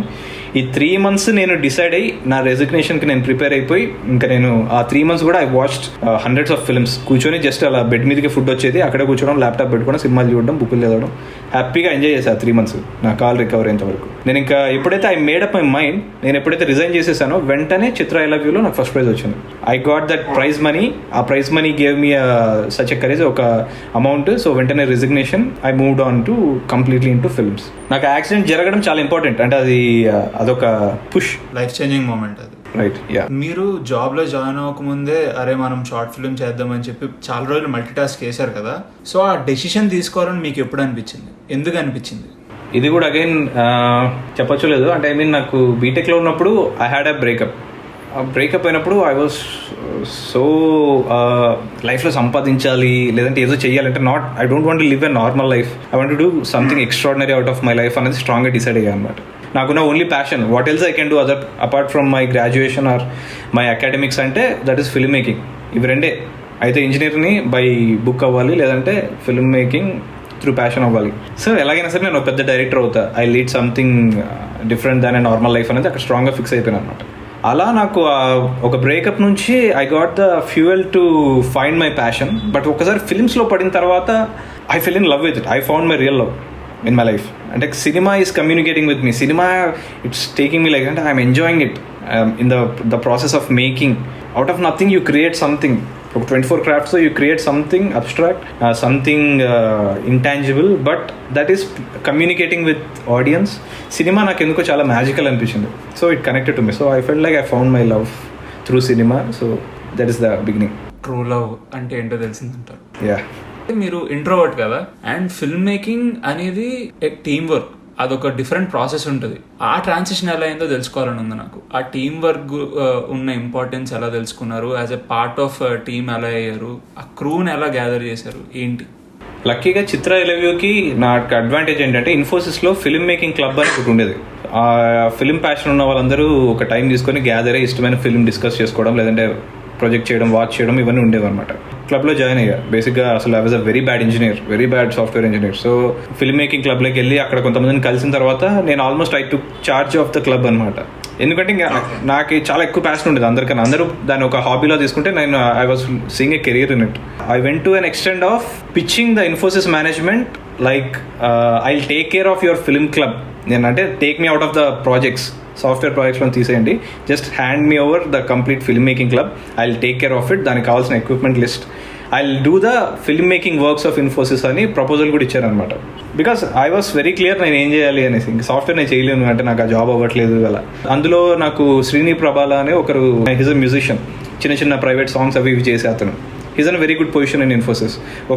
కొంతమంది యాక్టర్స్ ఉన్నారు, థియేటర్ గ్రూప్స్ ఉండేవి, సో అక్కడ నుంచి యాక్టర్స్. అలా ఒక్కొక్క డిపార్ట్మెంట్లో ఒక హెల్ప్ దొరికింది నాకు. కొంతమంది కెమెరామెన్గా కూడా వాడాను నేను, చిత్ర ఐ లవ్ యూ క్రెడిట్స్లో ఉంటారు. సో అలా నేను I could get the team from that clubs అనమాట ఇన్ఫోసిస్లో. అలా నేను చిత్ర ఐ లవ్ యూ చేయగలిగాను.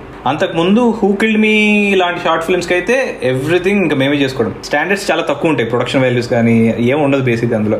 ఫ్రమ్ ద స్క్రాచ్ ప్రతిదీ, ఒక చిన్న లైట్ ఫిక్స్ దగ్గర నుంచి కూడా దాని మీద టైం స్పెండ్ చేసి, మనీ స్పెండ్ చేసి చేసుకుంటూ, అక్కడ to create that dark room, ఒక పెళ్ళిళ్ళకి షామియానా వేస్తారు కదా, అలాంటి ఒక షామియానాలు 2 ఇచ్చి దానికి ఒక చిన్న లైట్ సెటప్ వెల్డింగ్ మెషిన్తో తయారు చేయించి స్పాట్ లైట్ ఇవ్వడానికి. అండ్ చిత్ర ఐ లవ్ యూలో చూసుకుంటే ఒక డైలాగ్ ఉంటుంది, నేను చెప్పింది నేను చేయి, నువ్వు చేయి, ఇది నా కదా నేను చెప్తున్నాను, ఇలా ఒక డైలాగ్ ఉంటుంది అనమాట. అండ్ ఫిల్మ్ మేకింగ్ అనేది ఒక డైరెక్టర్ కానీ ఒక రైటర్ కానీ ఇట్స్ ఎ పర్సనల్ ప్రాసెస్. ఒకటి నమ్మి బిలీవ్ చేసి దాంతోనే క్యారీ అవుతూ అరే ఇది మనకు నచ్చిన జనాలకు కూడా కనెక్ట్ అవుతుంది అనే థాట్తో ఒక తీసే ప్రాసెస్. సో ఎవరన్నా అన్నప్పుడు వేరే వాళ్ళు వచ్చి ఎవరన్నా తొందరగా వేలు పెట్టేశారంటే మన ఈగో హర్ట్ అవుతూ ఉంటుంది. సో ఇలాగే రియాక్ట్ అవుతూ ఉంటాం. అలాంటి ఇన్సిడెంట్స్ ఏమైనా జరిగిందా మీ లైఫ్లో? ఈగో హర్ట్ అవ్వలేదు, కానీ ప్రోడక్ట్ స్పాయిల్ అవుతుందేమో అని భయపడిన సన్నివేశాలు చాలా జరిగాయి. అంటే షార్ట్ ఫిల్మ్లో రాసినట్టుగా నేను I never got a luxury to say something like that to anyone. But అంటే అలాంటివి చాలా చోట్ల జరిగాయి. ఇప్పుడు ఫిల్మ్ మేకింగ్ ప్రాసెస్లో అది చాలా చోట్ల జరుగుతుంది కూడా. అంటే అంటిల్ అన్లెస్ మీరు ఇంకా కంప్లీట్ మన పేరు మీద మార్కెట్ నడిచే సినిమాలు చేసుకునేంత వరకు కూడా I think any film maker has to face that. తప్పదు. మీరు ఎలా దాటొచ్చారు? ఎవ్రీ ఫిల్మ్ మేకర్ది ఒకటి ఉంటుంది. అంటే ఎవడన్నా ఒక సజెస్ట్ చెప్పినా వేలు పెట్టినా వెంటనే ఈగో మీదకి తీసేసుకొని ఈ వీడియో నాకు చెప్పడానికి, లేదా ఇది నా క్రియేటివ్ జీనియస్, నా బుర్రలో నుంచి పుట్టింది, ఇది నా బేబీ, అది ఇది అదంతా ఈగో మీద తీసుకొని అసలు వాళ్ళు ఏం చెప్తున్నారు కూడా ఏమో ఫస్ట్ నో అనేస్తాం, లేదు అని కౌంటర్ మాట్లాడేస్తాం. అలా కాకుండా వాడు చెప్పడానికి ఒక రీజన్ ఉంటుంది. If he has a say to in the film, అంటే ఇప్పుడు ఒక యాక్టర్ చెప్పాడు అనుకోండి, he's doing your character, so డెఫినెట్గా వాడు బ్రెయిన్ వాడి ఏదో చెప్తున్నాడు, అది వినాలి, తప్పలేదు. If a producer is saying something, he's investing money, so he's obviously worried about his returns. So he has a say in the product 100%. తను ఏం చెప్తున్నాడో వినాలి. ఆ కమర్షియల్ వాల్యూస్ లేకుండా చేయాలి అనుకుంటే నీ డబ్బులు నువ్వు పెట్టి సినిమా తీసుకో. ఇంకొక డబ్బులు మీద సినిమా చేస్తున్నప్పుడు వాళ్ళ గురించి ఆలోచించడం it's a responsibility, it's a professional responsibility 100%. ఈ మెచ్యూరిటీ లేని టైంలో నేను చాలా కొన్నిసార్లు అంటే హర్ట్ అయిపోయి ఏం వినకుండా నో చెప్పేసి స్ట్రిక్ట్గా అగైనెస్ట్గా వెళ్ళిన రోజులు కూడా ఉన్నాయన్నమాట. అవి కూడా జరిగాయి. Until unless they're part of the project and they have a responsibility and role in the project, వాళ్ళు ఏం చెప్పినా నేను వింటా. బయట సంబంధం లేనివాడు వచ్చేవడం మాట్లాడితే మాత్రం అసలు నో వే. అరే ఈ టీంతో అనేది పనిచేయడం చాలా అవసరం. ఈ నగరానికి ఏమైంది టైప్లో యువర్ జస్ట్ ఎ పపెట్ అనకూడదు అనే ఒక ఇన్సిడెన్స్ అసలు మీకు ఎలా అర్థమైంది మీ వరకు?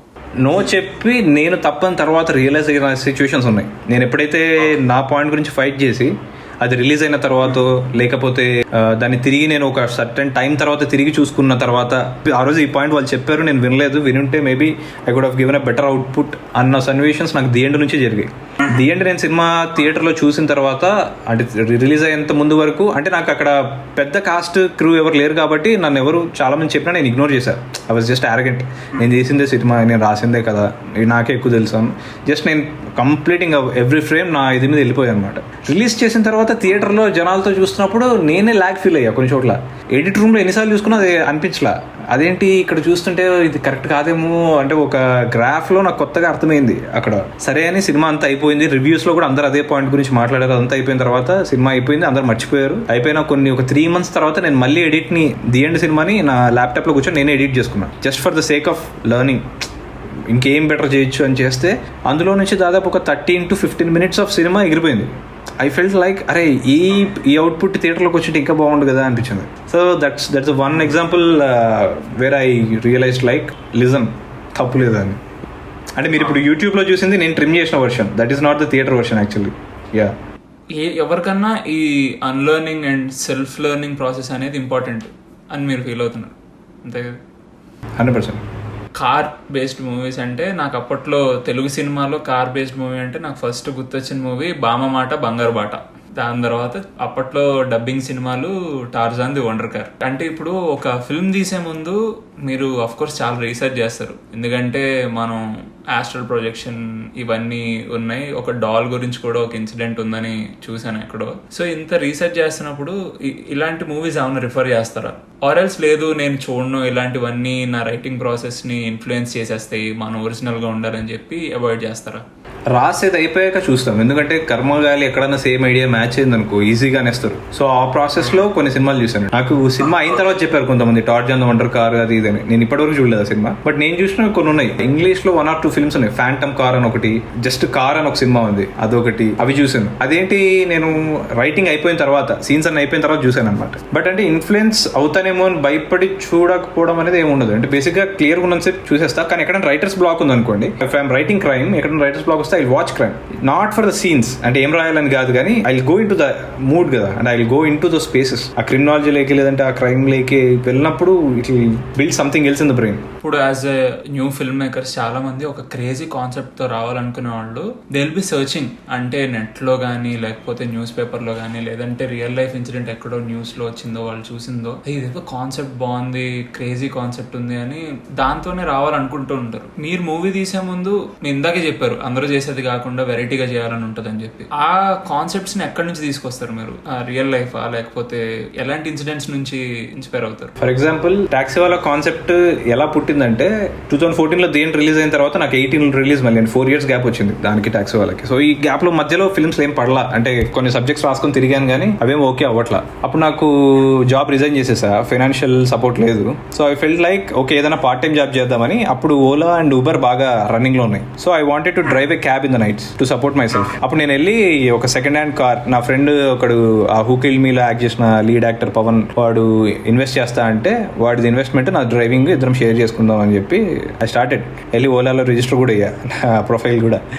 సో చేసుకున్న తర్వాత కార్ కావాలి కదా, దానికోసం వెతుకుతున్నాం, మంచి కండిషన్ ఉన్న కార్ వెతుకుతూ ఆన్లైన్లో మొత్తం చూస్తున్నప్పుడు I have come across one car అనమాట. అది చాలా బాగుంది, దాని కండిషన్స్ బాగున్నాయి, ఇయర్, మ్యానుఫ్యాక్చరింగ్ తేదీ అంతా బాగుంది, కానీ ప్రైస్ చాలా తక్కువ ఉంది. ఇది ఇంత మంచి కార్ ఇంత తక్కువకి ఎందుకు అమ్ముతున్నాడు ఏంటి, దాంట్లో is it a possessed car or what అన్న దగ్గర నాకు ఐ గాట్ ఎ థాట్. అలా నాకు ఫస్ట్ హాఫ్ మొత్తం ఒక 3 hours లో వచ్చేసింది ఐడియా. అంటే టక ఫన్నీగా అనేసుకున్నాను, ఒక ఫన్నీ డ్రైవర్ నాలాంటి ఎవడో అవ్వాలనుకుంటున్నాడు, వాడికి ఒక బ్యాక్ డ్రాప్, మొత్తం 3 hours లో ఫస్ట్ హాఫ్ డెవలప్ చేసేసుకున్నాను. దాని తర్వాత ఇంకా దానికి ఏదో ఒక స్ట్రాంగ్ బ్యాక్ డ్రాప్ ఇవ్వాలి. రొటీన్ గా గోస్ట్ అనగానే దానికి ఒక రివెంజ్ బ్యాక్ డ్రాప్, లేకపోతే చంపేశారు అది పగ కోసం తిరుగుతుంది అన్నట్లుగా, అది వెరీ రొటీన్. సో అక్కడ కొత్త పాయింట్ రావాలి, ఆత్మ ఉండాలి, కానీ అది చనిపోయి ఉండకూడదు. దీనికి ఏం చేయాలి అని వెతికినప్పుడు astral projection, I have come across astral projection అన్నమాట. సినిమాకి 2 sides ఉంటాయి. ఒకటి the making and creative process, ఇంకోటి the marketing and business process. మీరు the end and Taxiwaala 2 different spectrums of production ని ఫేస్ చేశారు, అంటే ఎక్స్పీరియన్స్ చేశారు. ఈ 2 kind ఆఫ్ ప్రొడక్షన్ హౌసెస్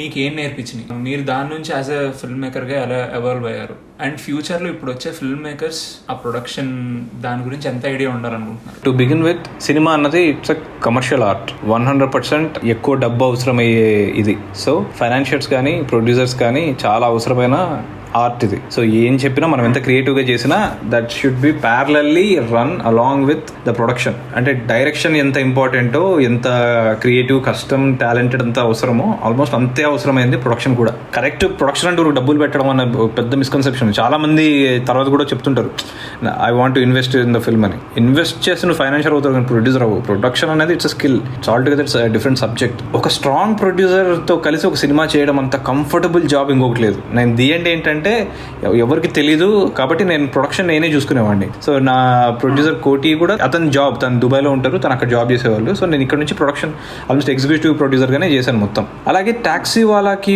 వచ్చేసరికి గీతా ఆర్ట్స్ లాంటి ప్రొడక్షన్ హౌస్, ఇలాంటి all the names included Geetha Arts and UV Creations అలాంటి కాంపౌండ్ లొకేషన్ స్టార్ట్ అయినప్పుడు అది ఫస్ట్ ఒక ప్రాజెక్ట్ లానే స్టార్ట్ అయింది. ఒక బడ్జెట్ లో ఒకటి అనుకొని నేనే ఎగ్జిక్యూట్ చేసేలాగా, బికాస్ ది ఎండ్ నేనే ఎగ్జిక్యూట్ చేశానన్న ఇది మీద. బట్ ఆ తర్వాత అర్జున్ రెడ్డి తర్వాత మూవీ వేరే స్కేల్లోకి వెళ్ళింది, ఎక్స్పెక్టేషన్స్ అని పెరిగాయి కాబట్టి మళ్ళీ ప్రొడక్షన్ టుక్ ఓవర్ చేశాను. సో నేను చూసింది ఏంటంటే ఆ ప్రాసెస్ లో ఒక టాప్ టు బాటమ్ ఒక ప్రొడ్యూసర్ పక్క నుండి సినిమా చేస్తే ఎంత సుఖంగా చేయొచ్చండి సినిమా. అది అబ్బా అసలు దట్స్ లగ్జరీ. కానీ అన్ఫార్చునేట్లీ అది అన్ని చోట్ల అందరికి దొరకదు. అది దొరకనప్పుడు ఒక డైరెక్టర్ ప్రొడ్యూసర్ క్యాప్ కూడా పెట్టుకోవాల్సి వస్తుంది. అంటే డబ్బులు పెట్టడమే కాకుండా అది చాలా అవసరం. అంటే అవి రెండింటిని బ్యాలెన్స్ చేసుకోవడం అనేది అన్నెసెసరీ టాస్క్ నన్ను అడిగితే. సో సర్వైవల్ స్కిల్ కింద అది నీకు అవసరమే కానీ యాజ్ అ ప్రొఫెషనల్ గా ఆర్ క్రియేటివ్ గా you don't need that. So before ఈ లెర్నింగ్ అంతా ఉన్నకు ముందు షార్ట్ ఫిల్మ్స్ తీసేటప్పుడు ఏమన్నా జుగాడ్ సిచ్యువేషన్స్ అయ్యాయా? అలా చేసింది ఒకటి ఎయిర్పోర్ట్ లో షూట్ చేయాల్సి వచ్చింది. ది ఎండ్ లో మీరు చూస్తే ఒక షాట్ ఉంటుంది, అక్కడ జస్ట్ ఓపెనింగ్ షాట్ ఎయిర్పోర్ట్ లో ఉంటుంది. ఎయిర్పోర్ట్ ని హైర్ చేసేంత సీన్ లేదు, అక్కడికి వెళ్ళి పర్మిషన్స్ తెచ్చుకునే సీన్ లేదు మాకున్న బడ్జెట్ కి, క్రూ కి. అంటే అప్పుడు మొత్తం ప్లాన్ ఏంటంటే ముందు ఒక వెహికల్ వెళ్ళిపోవాలి. ఇది చెప్తే అరెస్ట్ చేస్తారని తెలియదు నాకు. ఏం పర్లేదు చెప్పండి. సో మీరే మళ్ళీ బెయిల్ ఇప్పుడు. సో నేను ఎయిర్పోర్ట్కి ముందే ఒక కార్లో వెళ్ళిపోయి అందులో మా కెమెరామెన్తో కలిసి 3 కెమెరా సెటప్లు పెట్టాము. ఎందుకంటే 3 యాంగిల్స్లో షూట్ చేసేద్దాం, అంటే ఒక్కసారి వెళ్తే అయిపోవాలి, మళ్ళీ వెళ్ళి ఇంకో షాట్ చేయడం ఇంకో యాంగిల్ మార్చే ఛాన్స్ లేదు. సో ఏం చేద్దాం, కార్కి గోప్రో ఫిక్స్ చేసాం. అండ్ ఇంకొక కెమెరా ఏంటంటే ముందు కార్లో నా కో డైరెక్టర్ అండ్ కెమెరామెన్ ఇద్దరు వెళ్ళిపోయి వాళ్ళ కార్ లోపల కూర్చొని ఒక 5 minutes టైం ఉంటుంది, జస్ట్ అప్పటి వరకు ఉండనిస్తారు, ఆ తర్వాత పంపించేస్తారు కార్లు. సో వాళ్ళు వెళ్ళి ఒక లాంగ్ షాట్లో అంటే కొంచెం దూరంగా కెమెరా ఆన్ చేసుకుని ఉంటారు, జస్ట్ వీడు వచ్చి అక్కడ యాక్టివిటీ అంతా క్యాచ్ చేసేస్తారు. ఇంకొకటి వచ్చేసి వెనక నుంచి ఇంకో కార్లో ఒకటే సీన్ అక్కడ యాక్టివిటీ అంతా చేసేసి షూట్ చేసుకొని వచ్చేద్దాం అనుకున్నాం. ఇది ప్లాన్. డే 1 అది ఓపెనింగ్ సీన్ కాబట్టి ఆర్డర్ ప్రకారం షూట్ చేద్దామని ఎయిర్పోర్ట్కి వెళ్ళిపోయి ఎయిర్పోర్ట్కి ముందు వే ఉంటుంది కదా, అంటే రోడ్ ఉంటుంది కదా, చాలా మంచి స్ట్రైట్ రోడ్ ఉంటుంది కదా, మంచి గార్డెన్ అంతా చేసి ఆ రోడ్లో అక్కడ బండ్లు ఆపేసి అక్కడ మేకప్ వేసుకుంటున్నాం. ఈలోపు వ్యాన్ వచ్చింది. వ్యాన్ వచ్చి మొత్తం మా నంబర్లు నోట్ చేసుకొని మా నంబర్స్ మీద అక్కడ ఇది చేసి ఇవి కనుక ఎయిర్పోర్ట్లో ఎంటర్ అయ్యారంటే సీజ్ చేసేయండి అని చెప్పి వాళ్ళకి అర్థమైంది ఏదో షూటింగ్ బ్యాచ్ అనేసి మా హడావిడి చూసి. సో ఆ రోజు షూట్ చేయలేకపోయాం. సరే ఇలా కాదు అని చెప్పి నెక్స్ట్ డే మొత్తం ఊరు బయట మొత్తం మేకప్ వేసేసుకొని మొత్తం రెడీ చేసుకొని యాక్టివిటీ చేసి ముందు కెమెరాస్ లేకుండా ఒక రౌండ్ ఆర్టిస్టులను తీసుకెళ్ళి ఇక్కడ ఆగాలి చేయాలి యాక్టివిటీ అంతా కార్లోంచి చెప్పేసి ఒకసారి దింపి దిగి భయపడకుండా అంతా చేసేసుకొని అక్కడ ఒక్కొక్కటి గన్నులు పట్టుకుని నిలబడుతున్నారు ఆల్రెడీ పోలీసులు సెక్యూరిటీ గార్డ్స్ అంతా. సరే అని ఇంకొక రౌండ్ అది ఎయిర్పోర్ట్ తెలుసు కదా, మొత్తం తిరిగి రావాలి, మళ్ళీ తిరిగి ఎన్నికి వెళ్ళాలంటే. సో ఇంకా అలా నెక్స్ట్ టైం వెళ్ళి రెడీ చేసేసుకొని వచ్చేసాం. సో దొరికేసింది మాకు షాట్. ఇలాంటిది ఇంకోటి ఏం చేసామంటే గచ్చిబౌలిలో గోల్ఫ్ కోర్ట్ ఉంటుంది మాకు. ది ఎండ్ సినిమాలో గోల్ఫ్ ఆడే షాట్ ఉంటుంది సుధీర్ ఆ హస్బెండ్ క్యారెక్టర్. ఎందుకు ప్రొడక్షన్ వాల్యూస్ తెలియాలి, అది అవసరం లేదు కథకి, బట్ ఏంటంటే ఈడు రిచ్ అని చెప్పాలి, ఆడు రిచ్ అని చెప్పాలంటే ఇలాంటి షాట్లు ఏవో పడాలి అని చెప్పి ఆడు గోల్ఫ్ ఆడతాడని చెప్పి మా వాడికి గోల్ఫ్ ఆడడం రాదు, మేము గోల్ఫ్ కోర్ట్ హైర్ చేయలేము. సో ఏం చేసాం, ఒక గంటకి 500 ఎంతో కొడితే గోల్ఫ్ ఆడొచ్చు. సో నేను అది చిన్న కెమెరాలే కాబట్టి వాళ్ళకి తెలియదు అందులో కెమెరా సినిమాలు షూట్ చేస్తారని. అప్పుడు 5D కెమెరా పెట్టుకొని వెళ్ళిపోయాం. తను వెళ్ళి 500 కట్టి గోల్ఫ్ ఆడడానికి నేనేమో ఆయన అసిస్టెంట్ లానో ఏదో వెళ్ళాను అనమాట. నేను నా కెమెరామెన్ కూడా వచ్చాడు అనుకుంటా, ఇద్దరం. తను వెళ్ళి జస్ట్ ఫోటోలు తీసుకుంటాం, జస్ట్ గోల్ఫ్ కోర్ట్ బాగుందని చెప్పి అక్కడ ఎవరైతే ఆడిస్తారో అంటే సప్లయర్ ఉంటాడు కదా తను వాడి మాటల్లో పెట్టి ఎవరినిది అది అని చెప్పి ఈలోపు ఎలా ఆడాలి అని చెప్పి చేసుకుని అక్కడ షూట్ చేసుకుని వచ్చాం. ఇలాంటివి చాలా చేసాం ఆ సినిమా అంతా, అలాంటివే ఉంటాయి మొత్తం. ఆ షార్ట్ క్విక్ కట్స్ లో ఉంటుంది ఒక 3-4 డిఫరెంట్ యాంగిల్స్ లో. ఎందుకంటే అతను గోల్ఫ్ని క్రికెట్ ఆడినట్టు ఆడాడు, ఇలా కొడుతున్నాడు. గోల్ఫ్ అలా ఆడరు. సో ఆ షార్ట్ అయితే వాడలేక జస్ట్ కట్స్లో క్లోజ్ చేసాం. ఇప్పుడు ఈ ఆస్ట్రల్ ప్రొజెక్షన్స్, క్రేజీ కాన్సెప్ట్స్ ఇవన్నీ పక్కన పెట్టేస్తే టాక్సీ వాలాలో నాకు ఒక సీన్ చాలా ఇష్టం అండి. ఆ సీన్ ఏంటంటే వాళ్ళ వదినకి ప్రెగ్నెన్సీ హాస్పిటల్ తీసుకొస్తారు కదా, వాళ్ళ అన్నయ్య బిల్లు కట్టడానికి వచ్చినప్పుడు నేను కట్టేశానని చెప్తే వాళ్ళ అన్నయ్య భుజం మీద చేయేస్తాడు విజయ్ దేవరకొండకి, వెళ్ళిపోతాడు. ఆ సీన్ ఎంత కనెక్ట్ అయిపోయిందంటే చాలా చెప్పింది చెప్పకుండా ఒక్క సీన్. థ్యాంక్స్ రా, నువ్వు ఉన్నావు, ఇంకా నాకు తోడయ్యావు బాధ్యతలు చూసుకోవడానికి అనేంత ఒక మంచి హై ఇచ్చింది, అది ఎమోషనల్ హై. సో అలాంటి ఎమోషనల్ హై మీ లైఫ్లో ఎవరన్నా ఇచ్చారా? ఎప్పుడన్నా ఈ ఫిల్మ్ మేకింగ్ చేస్తున్న టైంలోనే, అంటే జాబ్ మానేసిన తర్వాత ఫైనాన్షియల్గా చాలా క్రంచ్ ఉండేది. సో ఆ టైంలో బాగా మనీకి చాలా వాటికి ఇబ్బంది పడుతూ ఉన్న టైంలో, ఎక్కడన్నా బాగా అవసరం ఉన్న టైంలో సడన్గా అంటే జీరో లిటరల్లీ పర్స్ ఖాళీ, ఒక చిల్లర కూడా ఉండేది కాదనమాట. అంటే చాలాసార్లు బైక్కి పెట్రోల్ కూడా కొట్టించుకోవడం ఉండేది కాదు. అలాంటి టైంలో ఏం పెద్ద అంటే మాకేం we are not rich or anything, not even upper middle class family. సడన్గా ఎప్పుడన్నా పర్స్లో సడన్గా ఒక 1000 రూపాయల నోట్ అలా వచ్చేది ఉన్నట్టుండి. అది చూసినప్పుడు కొంచెం కళ్ళు చెమర్చేవి అనమాట సడన్గా. ఎప్పుడంటే ఇంట్లో వచ్చి నాన్న ఎప్పుడన్నా ఆయన వచ్చి ఎప్పుడో సమ్టైమ్స్ పర్స్ చెక్ చేసి తనే పెట్టేసి వెళ్ళిపోయేవాడు, ఏదో ఒకటి అవసరాలు ఉంటాయి అనేసి. సో అలాంటి మూమెంట్స్ చాలా బాగా అనిపించేవి. అంటే అరే అంటే మనిషికి మనిషి ఎంత అవసరం అన్నది బాగా నేర్చుకున్నా. అంటే అలాంటి మూమెంట్స్ ఉన్నాయి. సో అదే మూమెంట్ టాక్సీ వాళ్ళలో కూడా పెట్టారు, రిఫ్లెక్ట్ అవుతుంది. అంటే అవి రాసేటప్పుడు డెఫినెట్గా అలాంటి మూమెంట్స్ మళ్ళీ ఇది వస్తాయి. సో మీరు స్టార్టింగ్లో నాకు ఒకటి చెప్పారు, అరే నేను చిన్నప్పుడు సినిమాలు చూడడం అంటే ఎప్పుడో నెలకు ఒకసారి పేరెంట్స్తో వెళ్ళేవాడిని, ఫస్ట్ డే ఫస్ట్ షో కూడా నన్ను ఏదో పెద్ద పాపం కింద చూసేవాళ్ళు అది ఇది అని చెప్పి. అంటే మీ ఒక ఫిల్మ్ మేకర్ అవ్వాలని మనం ఫ్రెండ్స్తో చెప్పుకున్నప్పుడు నువ్వు అయిపోతావు మామ, నువ్వు కుమ్మేస్తావు, ఇండస్ట్రీలో నువ్వే ఇంకా తోపు, ఈ సపోర్ట్ వస్తూ ఉంటుంది. కానీ బ్యాక్ ఆఫ్ ద మైండ్ ఇంట్లో కూడా సపోర్ట్ ఉంటే చాలా బాగుంటుంది కదా అనిపిస్తూ ఉంటుంది. సో ఆ సపోర్ట్ మనకి రావాలంటే ఫస్ట్ వాళ్ళకి ఈ విషయం వెళ్ళి చెప్పాలి. ధైర్యం ఎలా తెచ్చుకున్నారు, నేను ఒక ఫిల్మ్ మేకర్ అవుతానని ఇంట్లో ఎలా చెప్పారు? మా ఇన్ఫోసిస్లో జాబ్ తెచ్చుకోవడం చాలా సెలబ్రేషన్. అబ్బా వచ్చేసింది, లైఫ్ సెటిల్, వీడికి ఒక నెలకు శాలరీ వస్తుంది, ఇంకేదో ఒక పిల్లతో పెళ్ళి చేస్తే అయిపోయింది, సెటిల్, ఇంక డన్ అన్నది పిక్చర్. అప్పటికి నేను ప్యారలల్గా చేస్తున్నా, అంటే జాబ్ చేస్తూ బయట ఇండస్ట్రీలో ట్రై చేస్తూ తిరుగుతూ అటు ఇటు తిరుగుతున్నా చూస్తున్నారు. మా ఇంట్లో మా అమ్మే ఒకరోజు చెప్పింది, సర్లేరా అంత కష్టపడి తిరుగుతున్నావు కదా, మేబీ ఒక 6 months ఏమైనా గ్యాప్ తీసుకొని ట్రై చేసుకో సినిమాల్లో, అంత ఇబ్బంది పడ్డం ఎందుకు అని ఎప్పుడో వచ్చింది ఒక టాపిక్. అలా కూడా చేసా. ఆ 6 months కూడా ఏం జరగలా. ఆ తర్వాత అర్థమైంది, అంటే ఇట్లా గ్యాప్ తీసుకొని రాయేసి తగిలితే చూద్దాం అనేది కాదు industry, do or die. So ఆ డెసిషన్ తీసుకున్న తర్వాత ఇంట్లో చెప్పా ఒకరోజు మా అమ్మకి, ఇంకా డైరెక్ట్గా, అంటే నేను ఇక్కడ జాబ్ రిజైన్ చేద్దాం అనుకుంటున్నాను అనేసి. ఫస్ట్ జోక్ చేస్తున్నాడు అనుకున్నారు, నెక్స్ట్ డే చెప్పాను రేపు వెళ్ళి రిజైన్ చేస్తున్నా అని. అంటే మా నాన్న ఎప్పుడు సపోర్టివ్, అంటే ఎప్పుడు ఏమనేవాడు కాదు, అంటే he's open to many things. మా అమ్మ చాలా భయపడింది పాపం. అంటే జాబ్ వదిలేయడం ఒక మిడిల్ క్లాస్ ఫ్యామిలీలో చాలా ఇట్స్ అ బిగ్ డీల్. అది కూడా ఒక ఇన్ఫోసిస్ లాంటి కంపెనీ. అంటే లిటరల్లీ మాకు మా టైంలో ఒక రిక్రూట్మెంట్ కానీ జాబ్ కానీ ఇవన్నీ చాలా పెద్ద విషయాలు. అలాంటి వాటిలో నేను క్రాక్ చేసి ఇన్ఫోస్లో వచ్చిన తర్వాత అలాంటి జాబ్ వదిలేస్తున్నా అంటే చాలా భయపడి చాలా బాధపడి ఇది చేసింది, ఏడ్చి కొంచెం డ్రామా చేసి అన్నీ చేసింది అనమాట. బట్ అప్పుడే ఒక డైలాగ్ కొట్టా మా అమ్మకి, నేను రోజు ఉద్యోగానికి వెళ్తూ రోజు ఏడుస్తూ పడుకుంటే నీకు హ్యాపీయా, లేకపోతే నచ్చిన పని చేసుకుంటూ ఏదో సుఖంగా బతికితే నీకు హ్యాపీయా, నువ్వు ఎలా చూడాలనుకుంటున్నావు నన్ను. సరే ఇంక వీడు వినడు అనేసి మా అమ్మకి అర్థమే వెళ్ళిపోయింది. కానీ ఆ తర్వాత చిత్ర ఐ లవ్ యూకి అవార్డు వచ్చిన తర్వాత ఆ ఫంక్షన్ జరిగింది. ఆ ఫంక్షన్లో మా పేరెంట్స్ని కూడా తీసుకెళ్ళినప్పుడు నాగార్జున గారు వెనకాల కూర్చున్నాం. I mean all the celebrities were there. Stage మీదకి పిలవడం, అక్కడ అవార్డు ఇవ్వడం, ఆల్ దోస్ థింగ్స్ హ్యాపెండ్. అప్పుడు దే ఫెల్ట్ ఓకే, వీడు మనం ఇమాజిన్ చేసుకున్న దానికన్నా he's capable of doing something else, వాడిని వదిలేయాలి లేదంటే వాడికి టైం ఇవ్వాలి అని వాళ్ళు సైకలాజికల్ ఫిక్స్ అయిపోయారు. యా, మన టాక్సీ వాళ్ళలో శిశిర, గ్రీష్మ ఒక పేర్లకి ఒక సిగ్నిఫికెన్స్ ఉంటుంది. వాళ్ళ పేర్లు చూసుకుంటూ సీజన్స్ చుట్టూ తిరుగుతూ ఉంటాయి. అసలు ఒక క్యారెక్టర్ని మనం తయారు చేసుకునేటప్పుడు ఆ క్యారెక్టర్ని ఎలా బిల్డ్ చేసుకుంటారు మీరు? అది పేరే కావచ్చు, ఆ పేరులోనే చాలా మీనింగ్ ఉంటూ ఉంటుంది. ఒక క్యారెక్టర్ని ఎలా డెవలప్ చేస్తారు? ఒక ట్రాక్ రాసేటప్పుడు లేకపోతే ఒక క్యారెక్టర్ యొక్క సీక్వెన్స్ రాసేటప్పుడు ఐడియాస్ కావాలి, బయట నుంచి అవుట్పుట్ కావాలి. అంటే మనకు తెలియని వ్యక్తి గురించి మనం రాస్తున్నాం ఇప్పుడు.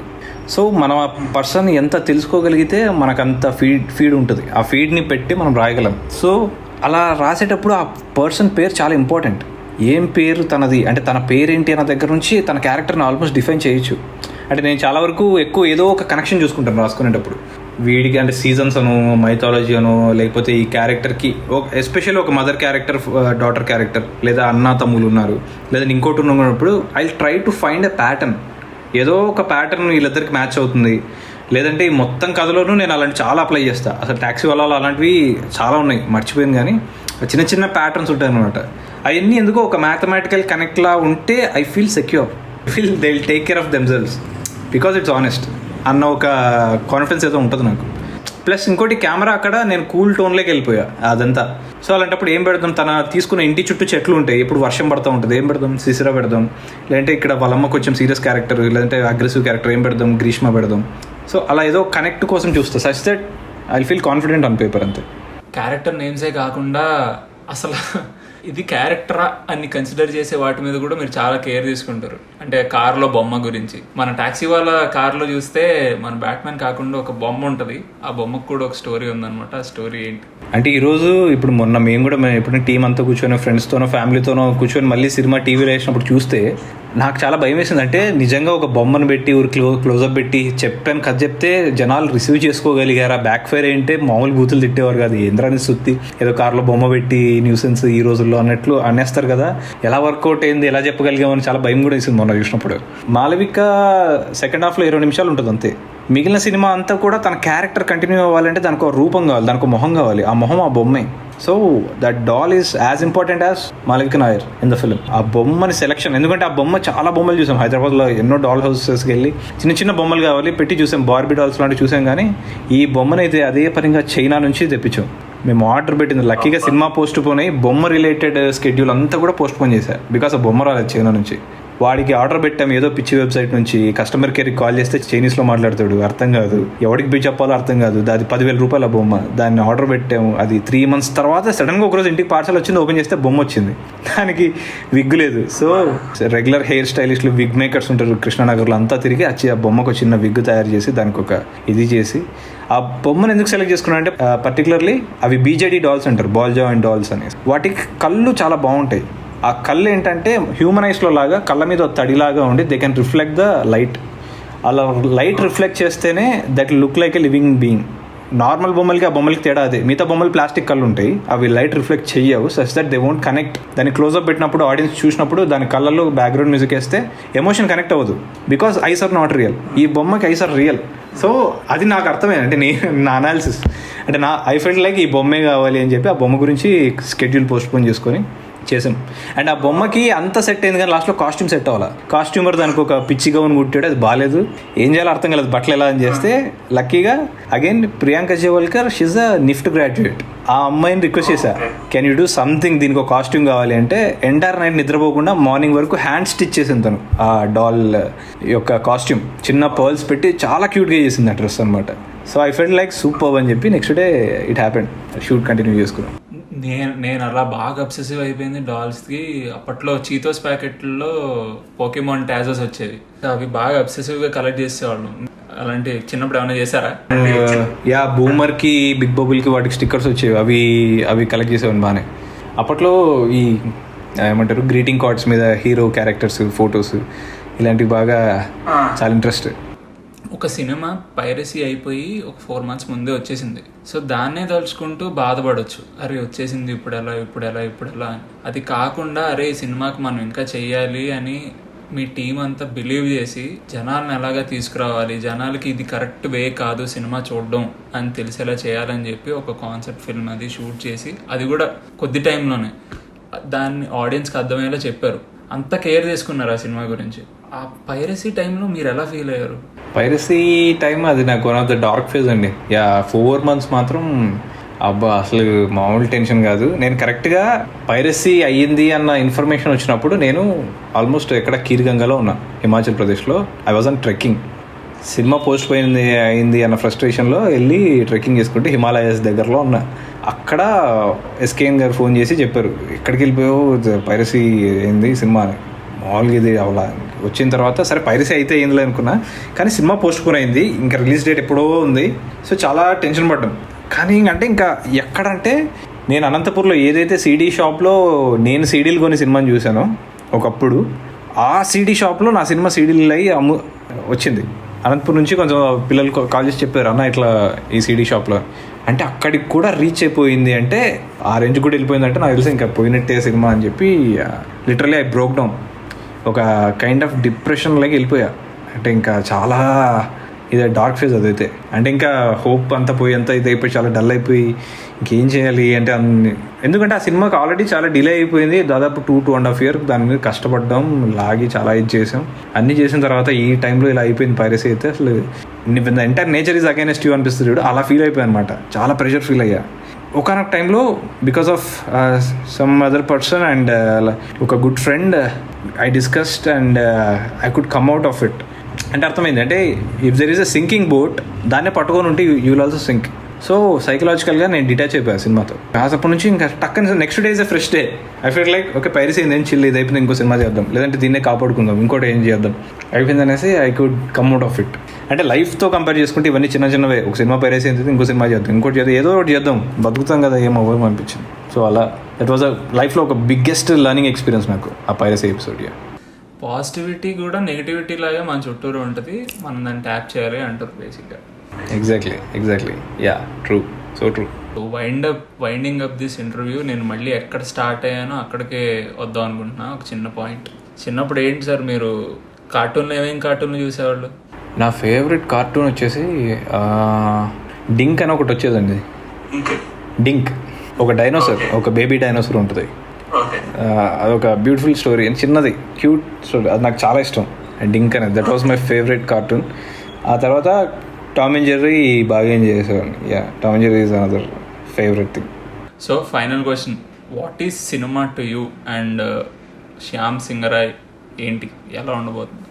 What is cinema to me అంటే, లైఫ్లో I play 2 roles. Being a film maker is 1 role I play, another is being a human. అంటే లైక్ ఇంకొకరిని ప్రేమించడం, లేదంటే to share be the summon, అంటే the love element. Only 2 roles, these 2 defines the life, అంతే. Coming to Shyam Singha Roy, most very ambitious project. You can call it very ambitious project, very challenging project. అందుకే I'm saving my energy. అంటే ఈ గ్యాప్లో కూడా వేరే ఏం చేయకుండా, పెద్దగా ఏం చేసుకుంటే I'm just building up my energy to do it అనమాట. But that is going to be something else. Yeah you can expect something else.